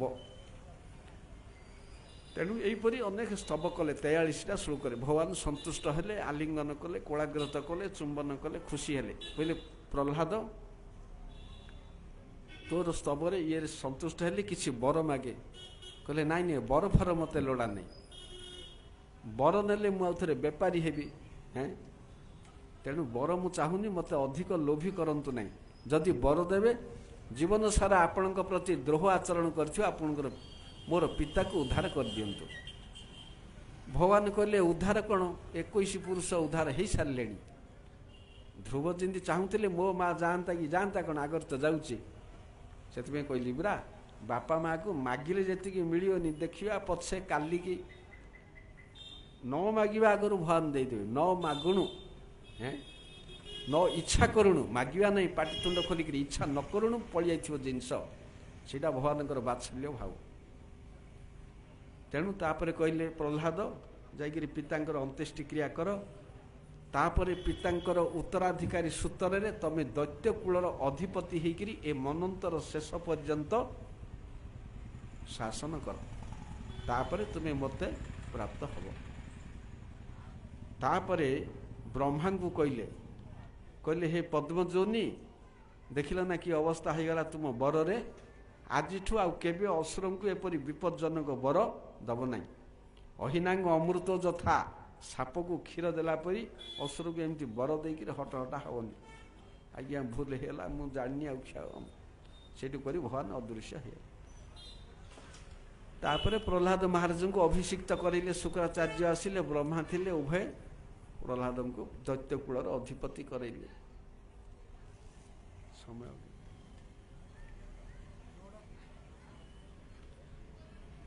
तापरे अष्टम स्कंद तो विराट हम आ काली करिया अष्टम स्कंद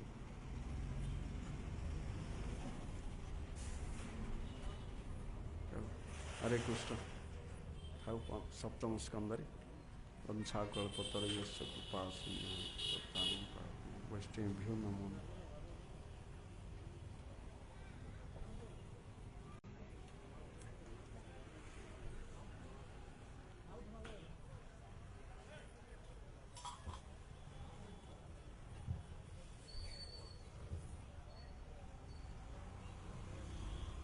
जय